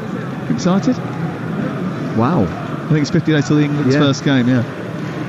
Yeah, sorry, it was 100 days to the Olympics not that long ago, was it? So I just thought 50 days hadn't flown by that quickly. And then remembered you, or realised you said the Euros. Yeah, absolutely. The Euros, yeah. I think it could be an historic year for English football. Fingers crossed. Igor about to come off the bench, the central defender, and join the Brighton ranks. 3-0 to Manchester City, and we've played 54 minutes, nearly 10 minutes of the second half. They've won it high up here. Adingra, far side, trying to get away from Aka.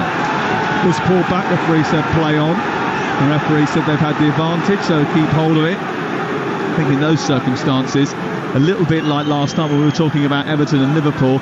Liverpool, when they've got the ball, want to play the advantage. Everton want the free kick. And Brighton there could have done with the pause in play and the ability to get the ball in the box. Yeah, City just so good in the way they are, and certainly the fans wanted a foul there, almost perhaps an acknowledgement from the referee that a foul was made. But it was good refereeing. Play on. Yakamoto's coming off, and on comes Igor. Coming off, number 15, Yakamoto. He goes off on the other side of the pitch, having spoken to the Labour. I'm not sure that Igor will go straight into the heart of midfield. It might be a little rejig here. They might move to a 3 at the back. Yeah, it looks like he's telling Barco just to push on. He is on that left side of defence there. Unless Barco's pushing into midfield. We'll see whether it's a change of formation or not, but certainly Igor's coming to the left side of defence. Yeah, he certainly is. Not scored for Brighton, 4.5 years since his last goal. In fact, 26 years of age, Igor Julio from Brazil. And they've won the ball again high up on the far side. João Pedro charging forward. He's got support on the right with Adingra. Adingra gets to the byline, produces a cross, hits the chest of Nathan Ake, goes behind and out for a corner kick on the far side. A few behind the goal are suggesting it might have hit a hand. I'm not sure that it did, and if it did, well, it did actually, and his hand was up. Yeah, but I don't think it's a handball because he's trying to tuck it into the side of his body. Yeah, it would have hit his body, wouldn't it? It's in the line of his body. And the referee says play on. VAR have quickly checked it. Nothing doing. Here is the corner, far side, to be taken by Pascal Gross. He's got 10 Premier League assists already this season. Only Ollie Watkins has got more. He's chipped towards the middle of the goal. Dunk is arriving back post. Van Hecker got in his way actually, and the ball was looped up into the air and caught by Ederson. Brighton 0, Manchester City 3. We have to say it's been a really sort of positive start to the second half from Brighton. I mean, you know, some would say, and they're probably right, that City are in second gear now, but when you're 3-0 down at home, start going out to the second half, you want to try and be on the front foot. You don't want another half like you've just had to suffer there. And at this moment in time, City are not bossing it like they did in the first half. They don't need to, clearly, but Brighton are showing character and courage. Dunk is back up after crashing down to earth on top of Guardiola. You know, like when you were at school and you used to stand up talking to your mates, and when one of the others would go round behind you, crouch down, and they'd push you over the back.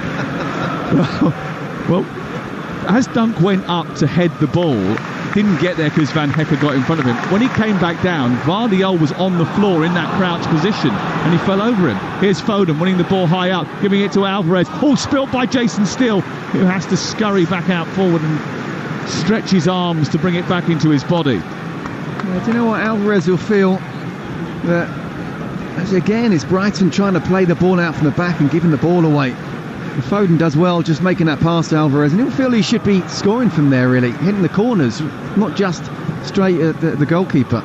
De Bruyne into Foden. Foden whips an effort in towards the left channel, but it takes a deflection of the chest of Van Hecker and goes the other side of the goal and out for another corner. Because Alvarez could do with a few goals, really, couldn't he? Well, he has had a bit of a dry spell, actually. It's funny you should mention that, because although he has got quite a lot of goals already this season, Julian Alvarez.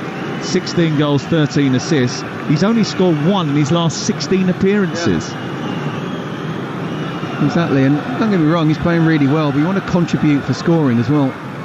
Here is Bernardo Silva to Foden, travelling into the box, trying to nudge it forward. It's headed away by Pascal Gross, collected by Kevin De Bruyne right side, goes beyond the Dingra, and there's a challenge from Barco, back to Steele. Steele's on his goal line as he plays it to Van Hecker.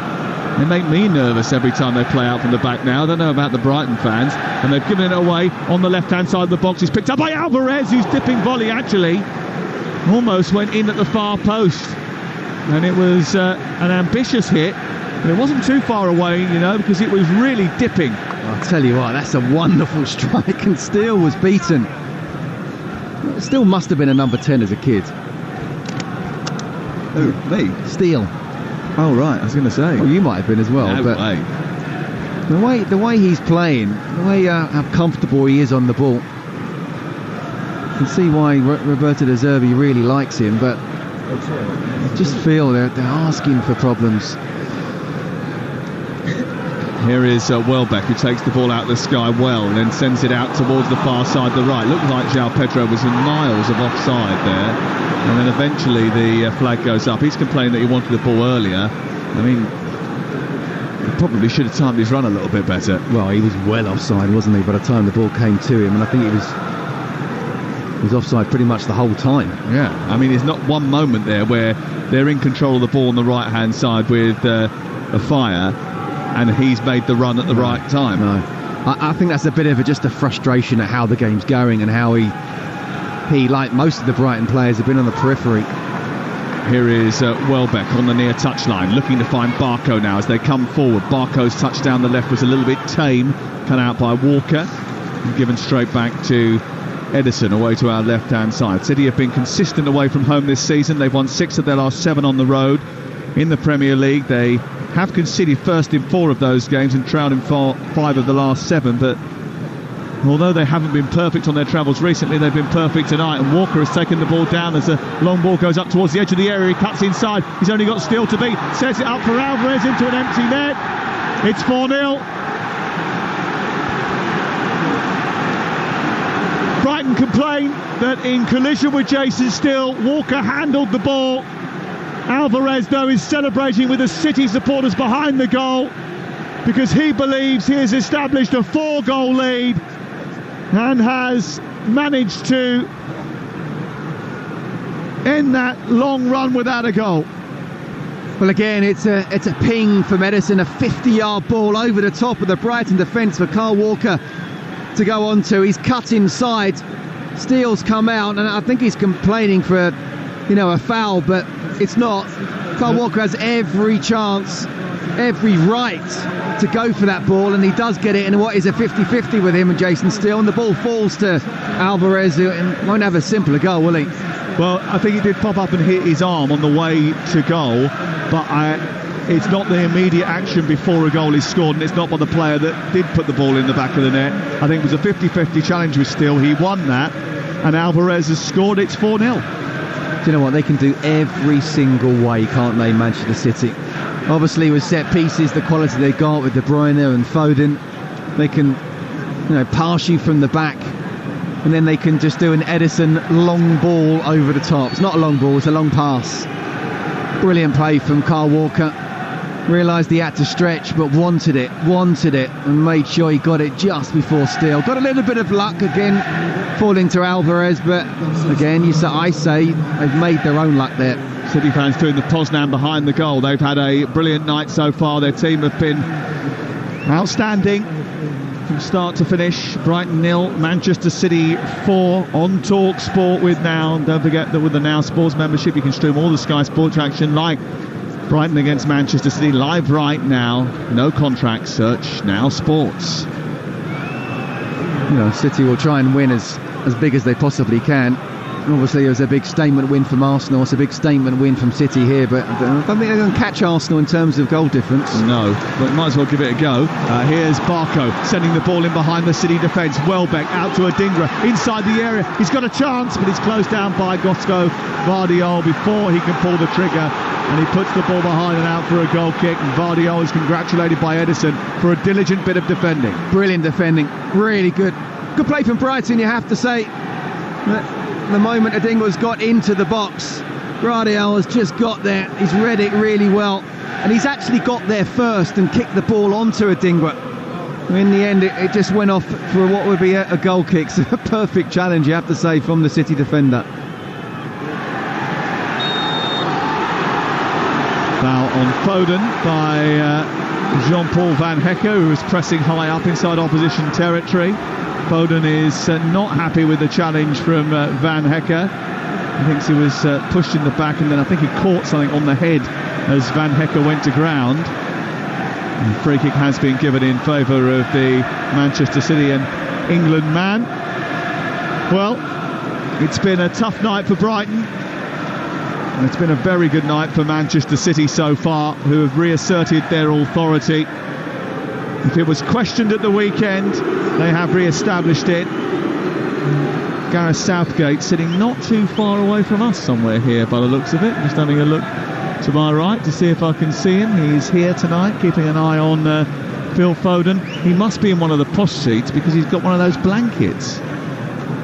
You're still jealous about that, aren't you? Yeah. Someone just a couple of yards away from us has got a blanket as well. It's very snug as well, doesn't it? It's not a posh seat. You're not posh enough as a person, Sam, clearly. I think that's probably right. Pretty happy with that depiction, though.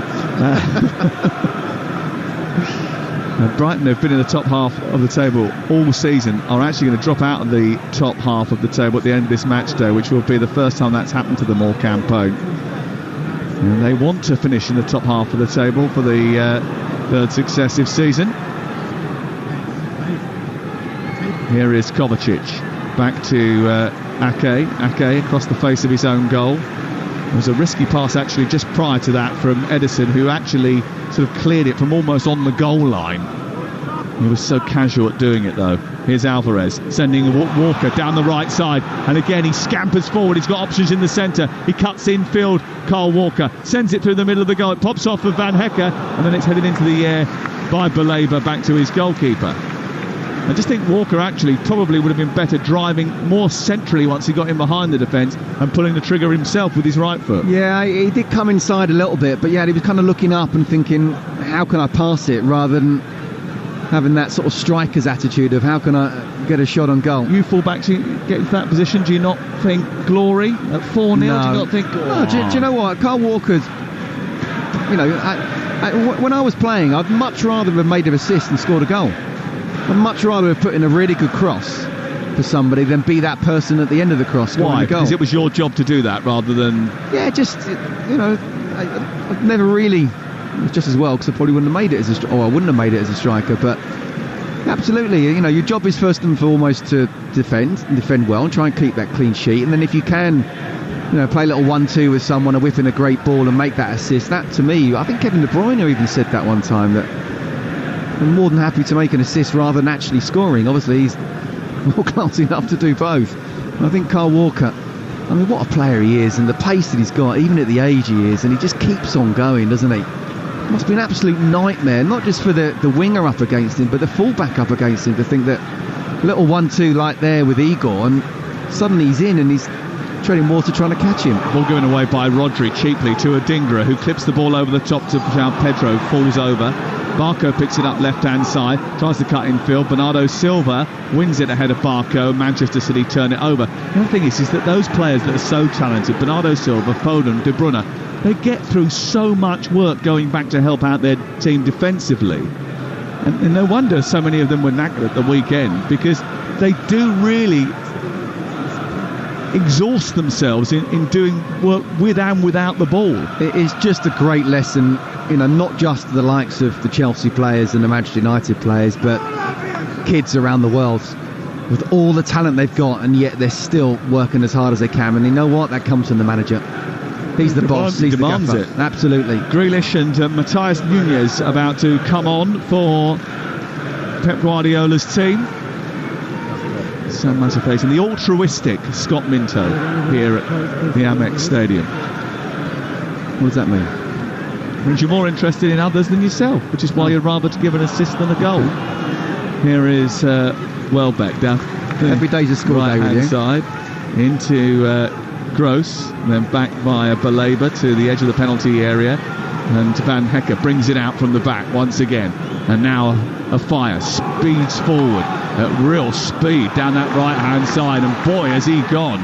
He's got some help from Adingra now, edge of the area, plays it infield, gives it to João Pedro, a little turn or twirl away from De Bruyne, and then he runs to the edge of the penalty area, gets inside the box, gets past one challenge, and then another, gets pushed to the floor, wants a penalty, can't believe he hasn't got one.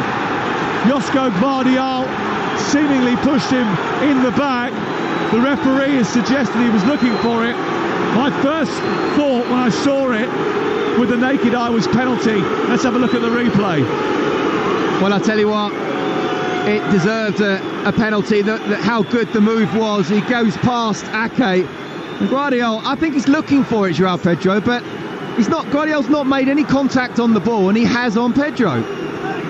For me, that's a penalty. But then VAR, is it a clear and obvious error? I think it's a penalty. Here is João Pedro again, driving into the box, trying to get away from Rodri, away by Ederson. And it's cleared out on this near side. They're going to stop the game now. They're going to stop the game. No penalty, says the referee. He waited a second there and then waved away the protest. Straight away, Jared Gillett. It's a pen. It's brilliant play down the right-hand side, and it's ended up as João Pedro has gone into the box. Look, do you know what? He kind of has put his legs back as if he's waiting for the touch. And I still think there's enough in that there to give the penalty. He's put his arm across him, he's caught him on his legs, and yes, he's looking for it. I think that's a pen. The only thing I would say is, in terms of the VAR point of view, is it a clear and obvious error? There's enough of an argument to say that he has gone down too easily. But it's a pen for me. And I think we've seen in recent weeks as well that VAR, I think there's been a directive, to be honest with you, try not to get involved unless you really have to. Seem to be making more issue of VAR getting involved than not. You're not fit to referee is the verdict of the Sussex public. I mean, it was a good run from João Pedro, a purposeful run from João Pedro. I think it would have been on the soft side had it have been awarded, but I don't think, a bit like it's not going to be overturned by the VAR because it hasn't been given, it would never have been overturned if he had awarded the penalty. Yeah, either way, it wasn't clear and obvious. So in that sense, you could maybe argue that, but I do think it was a pen. He was looking for it. Yeah, I think that's probably gone against him. Yes, the fact that he was seemingly looking at it and trying to find a way to engender the contact. It is tough though, isn't it, Sam? You have to say, the officials, the pace that these players are running at. And obviously the referees only get one look at it, VAR gets more, but the directive is clear and obvious. This week. and do you know what? I think, whether it's right or wrong, the decision. Now, I said that in a way which sort of sounded like I was having a joke, but I don't mean to be rude, but clear and obvious this week means something that it didn't mean last week. Do you know what I mean? Each individual incident is individual. Nunez out to Grealish, edge of the penalty area. On the reverse is Gvardiol. Low ball into the area, which is easily stopped by Jason Steele from inside the 6-yard box and bowled away. And that's one of the bones of contentions, I think, with people who are a bit fed up with VAR, is that one week they'll see a decision that goes a certain way, and next week something almost identical will go the other way. No, and that's wrong, but there are people out there who think that VAR should get everything 100% right. Which he's never going to do. Never going to do, because it's run by humans.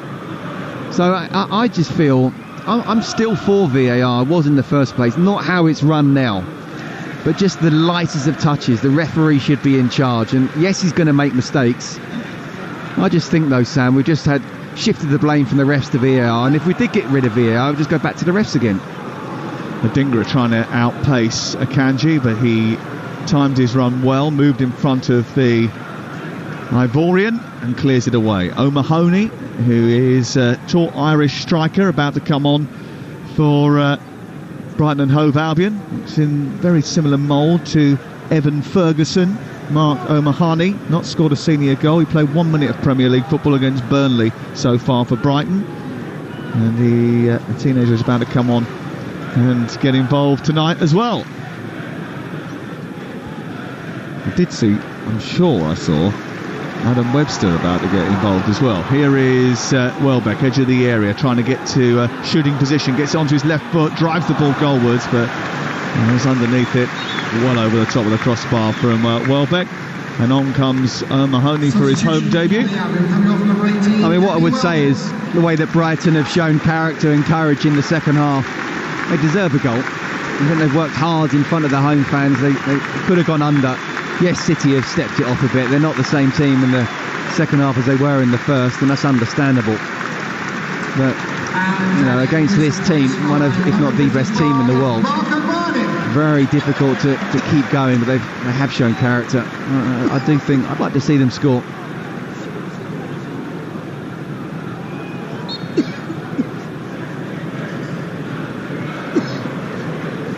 (4-0) to Manchester City.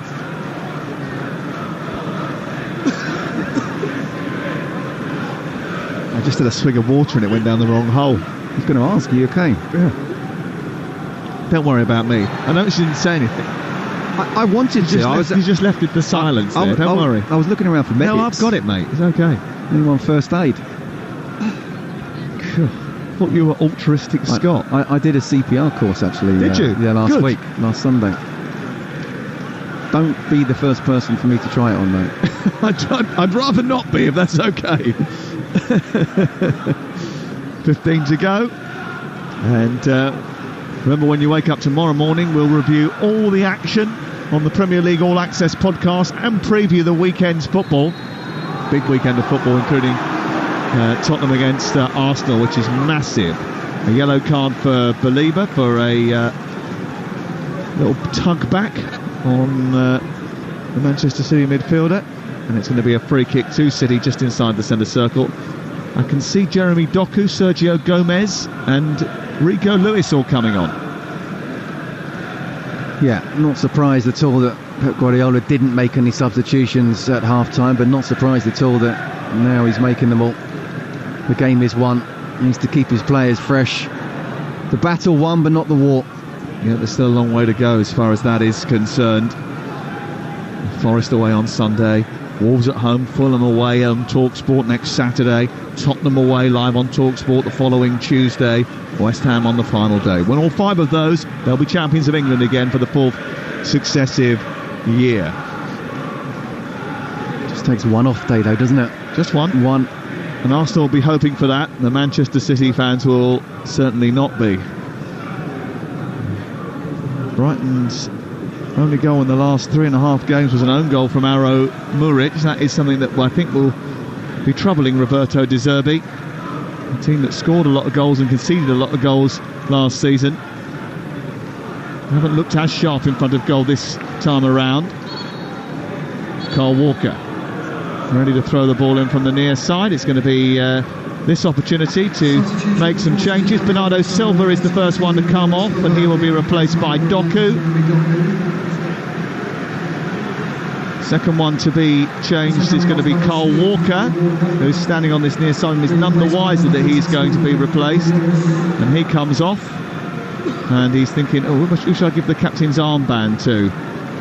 He went up to Rodri, and Rodri said give it to somebody else, and he's going to give it to Nathan Ake. And he's going to walk over and put the armband on just to waste a bit of time, and Rodri's coming off and Sergio Gomez is coming on. Well, no surprises there. Foden off, De Bruyne off, Rodri off, Walker off. All the big hitters preserved. Absolutely. Job Walker, done. Rodri, De Bruyne, Foden and Bernardo Silva all Silva, off. yeah. And Carl Walker, who is now getting a talking to from Pep Guardiola. They are 4-0 up, and he just wants to give him just a little bit of feedback. Constructive criticism, maybe.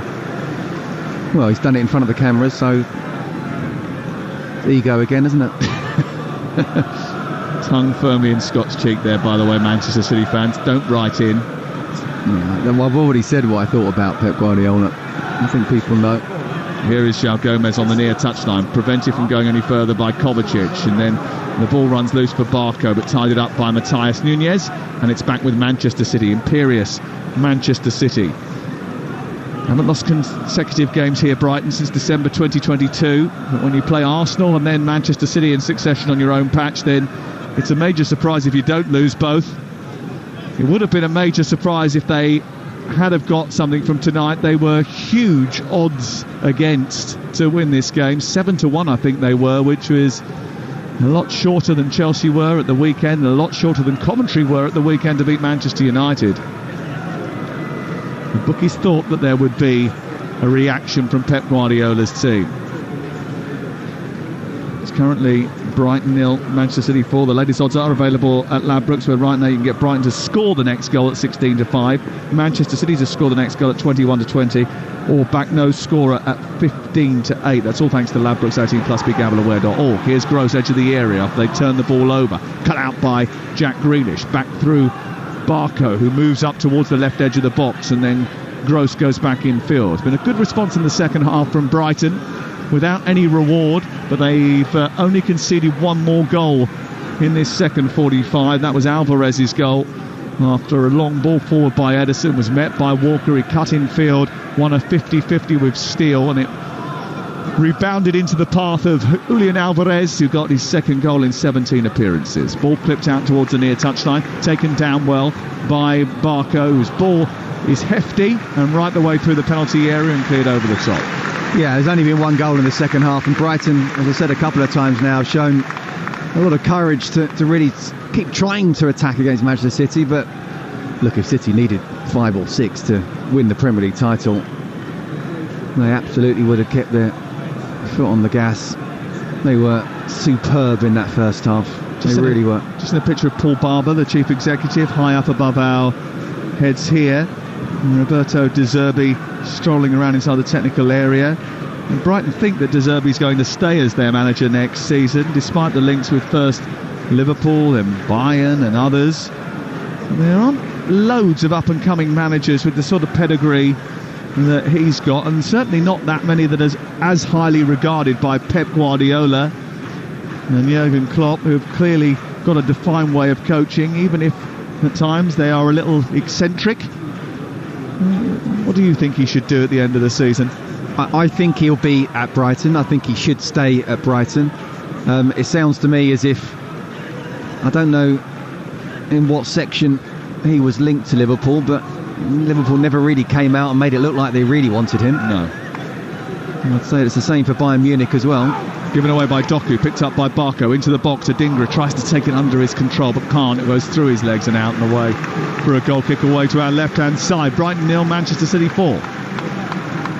Xavi's waiting, or going to have another year at Barcelona, so we'll wait and see what happens in a year's time. Jurgen Klopp might come back off his sabbatical, you never know. Pioli is going to leave AC Milan at the end of the year. Here is Allegri probably won't stay at Juve. Alvarez, so there'll be jobs. There's lots of big jobs available, aren't there, at this moment in time? Jose Mourinho needs a job though somewhere. There's a lot of big names that actually aren't being linked. Yeah. Zidane, Conte, Mourinho. Got enough money, don't need the stress.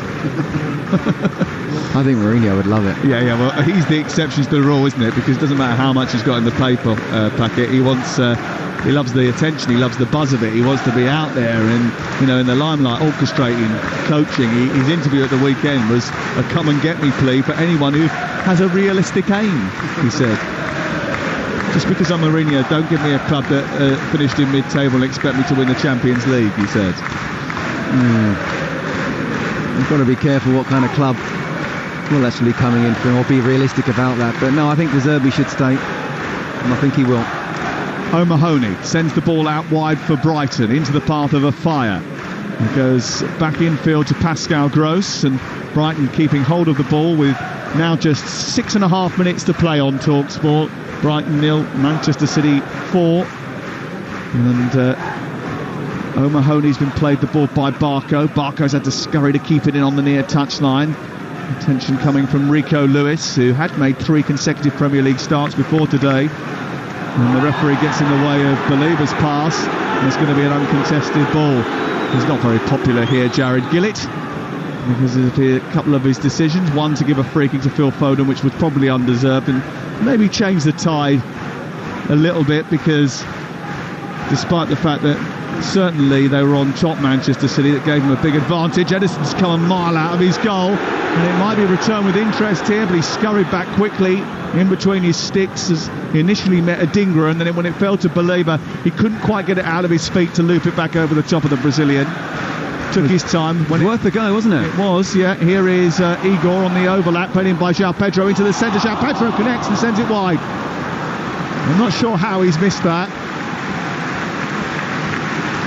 Nor is De Zerbi. They did brilliantly actually to keep hold of the ball, switch the play to the left. It was played in to the path of Igor by João Pedro. It came back to him, but I just think he lost his coordinates.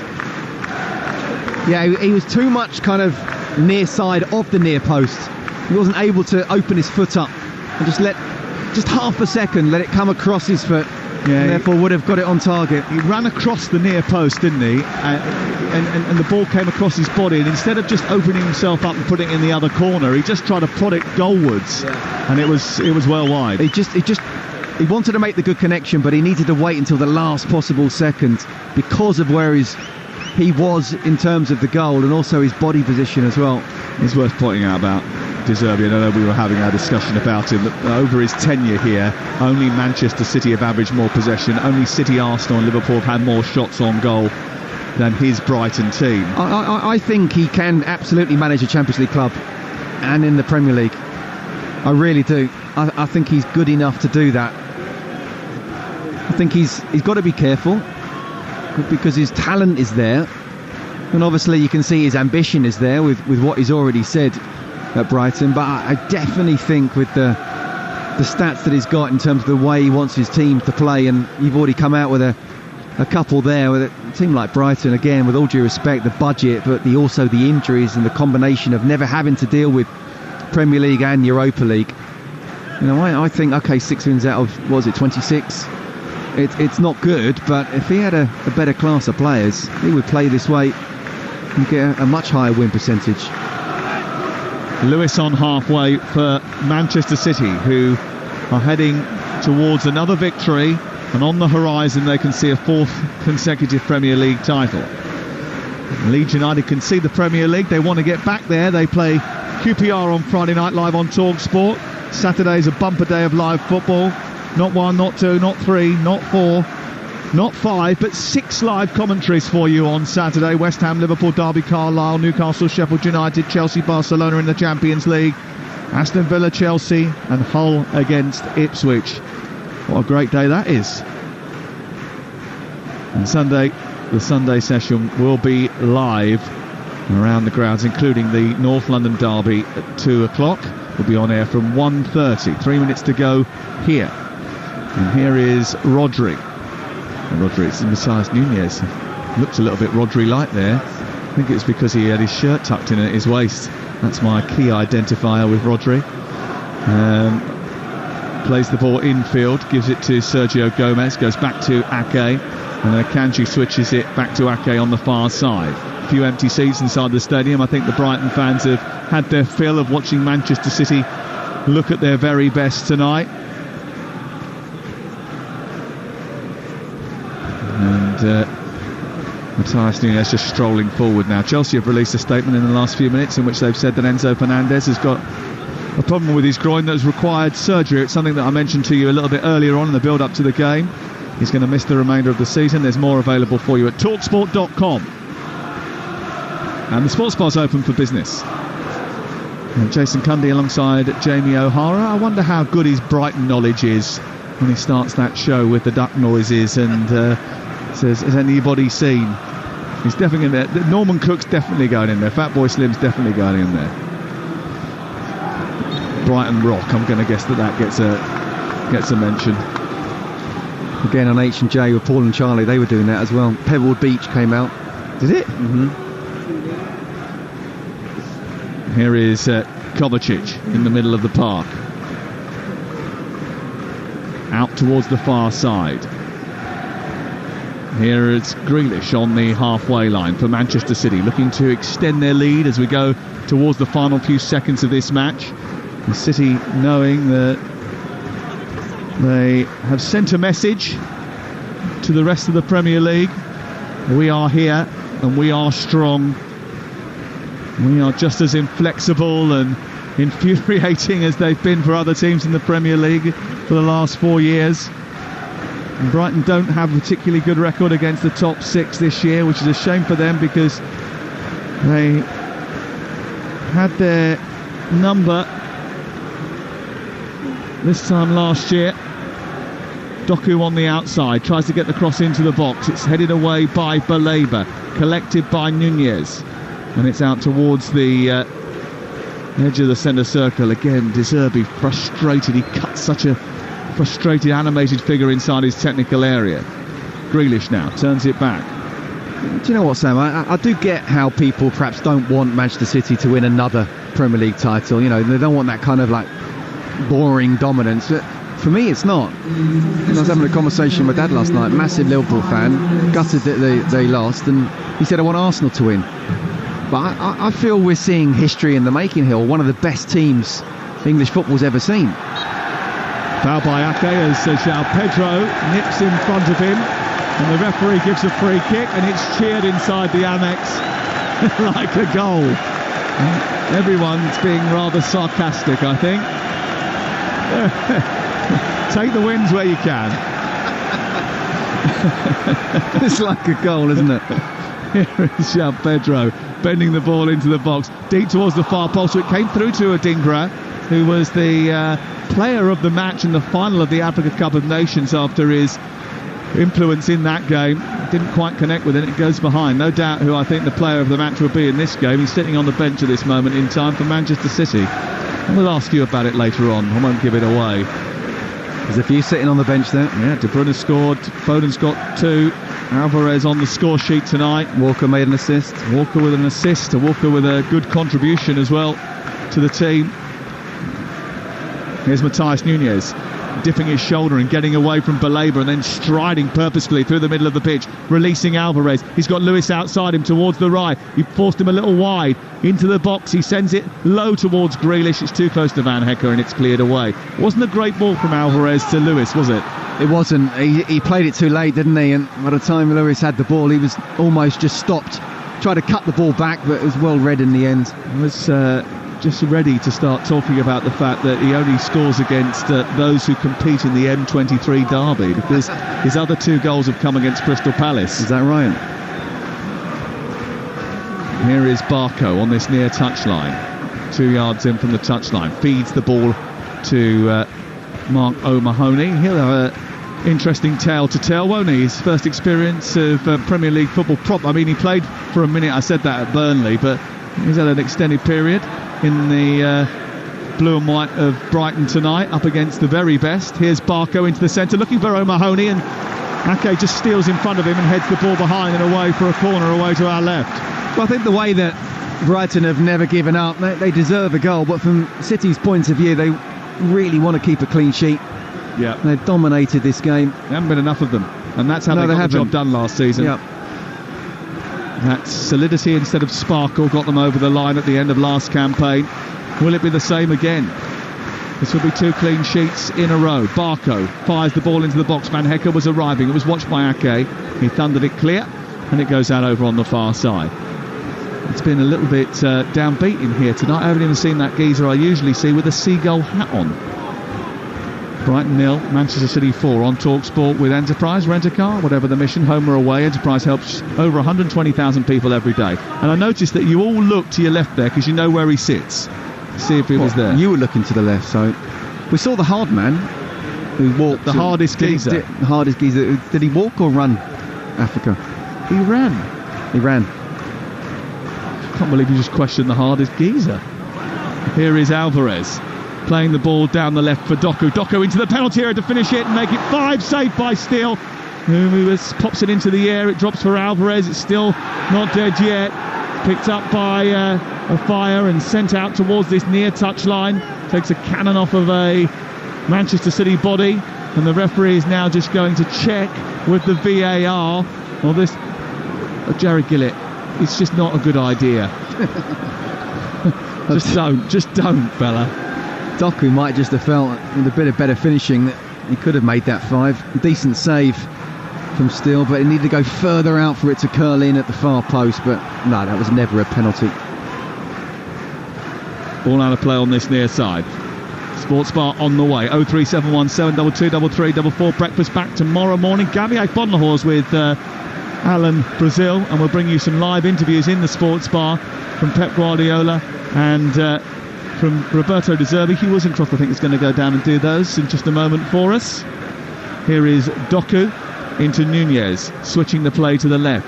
It's now with Grealish, who is surrounded immediately by blue and white jerseys. Back to Nunez.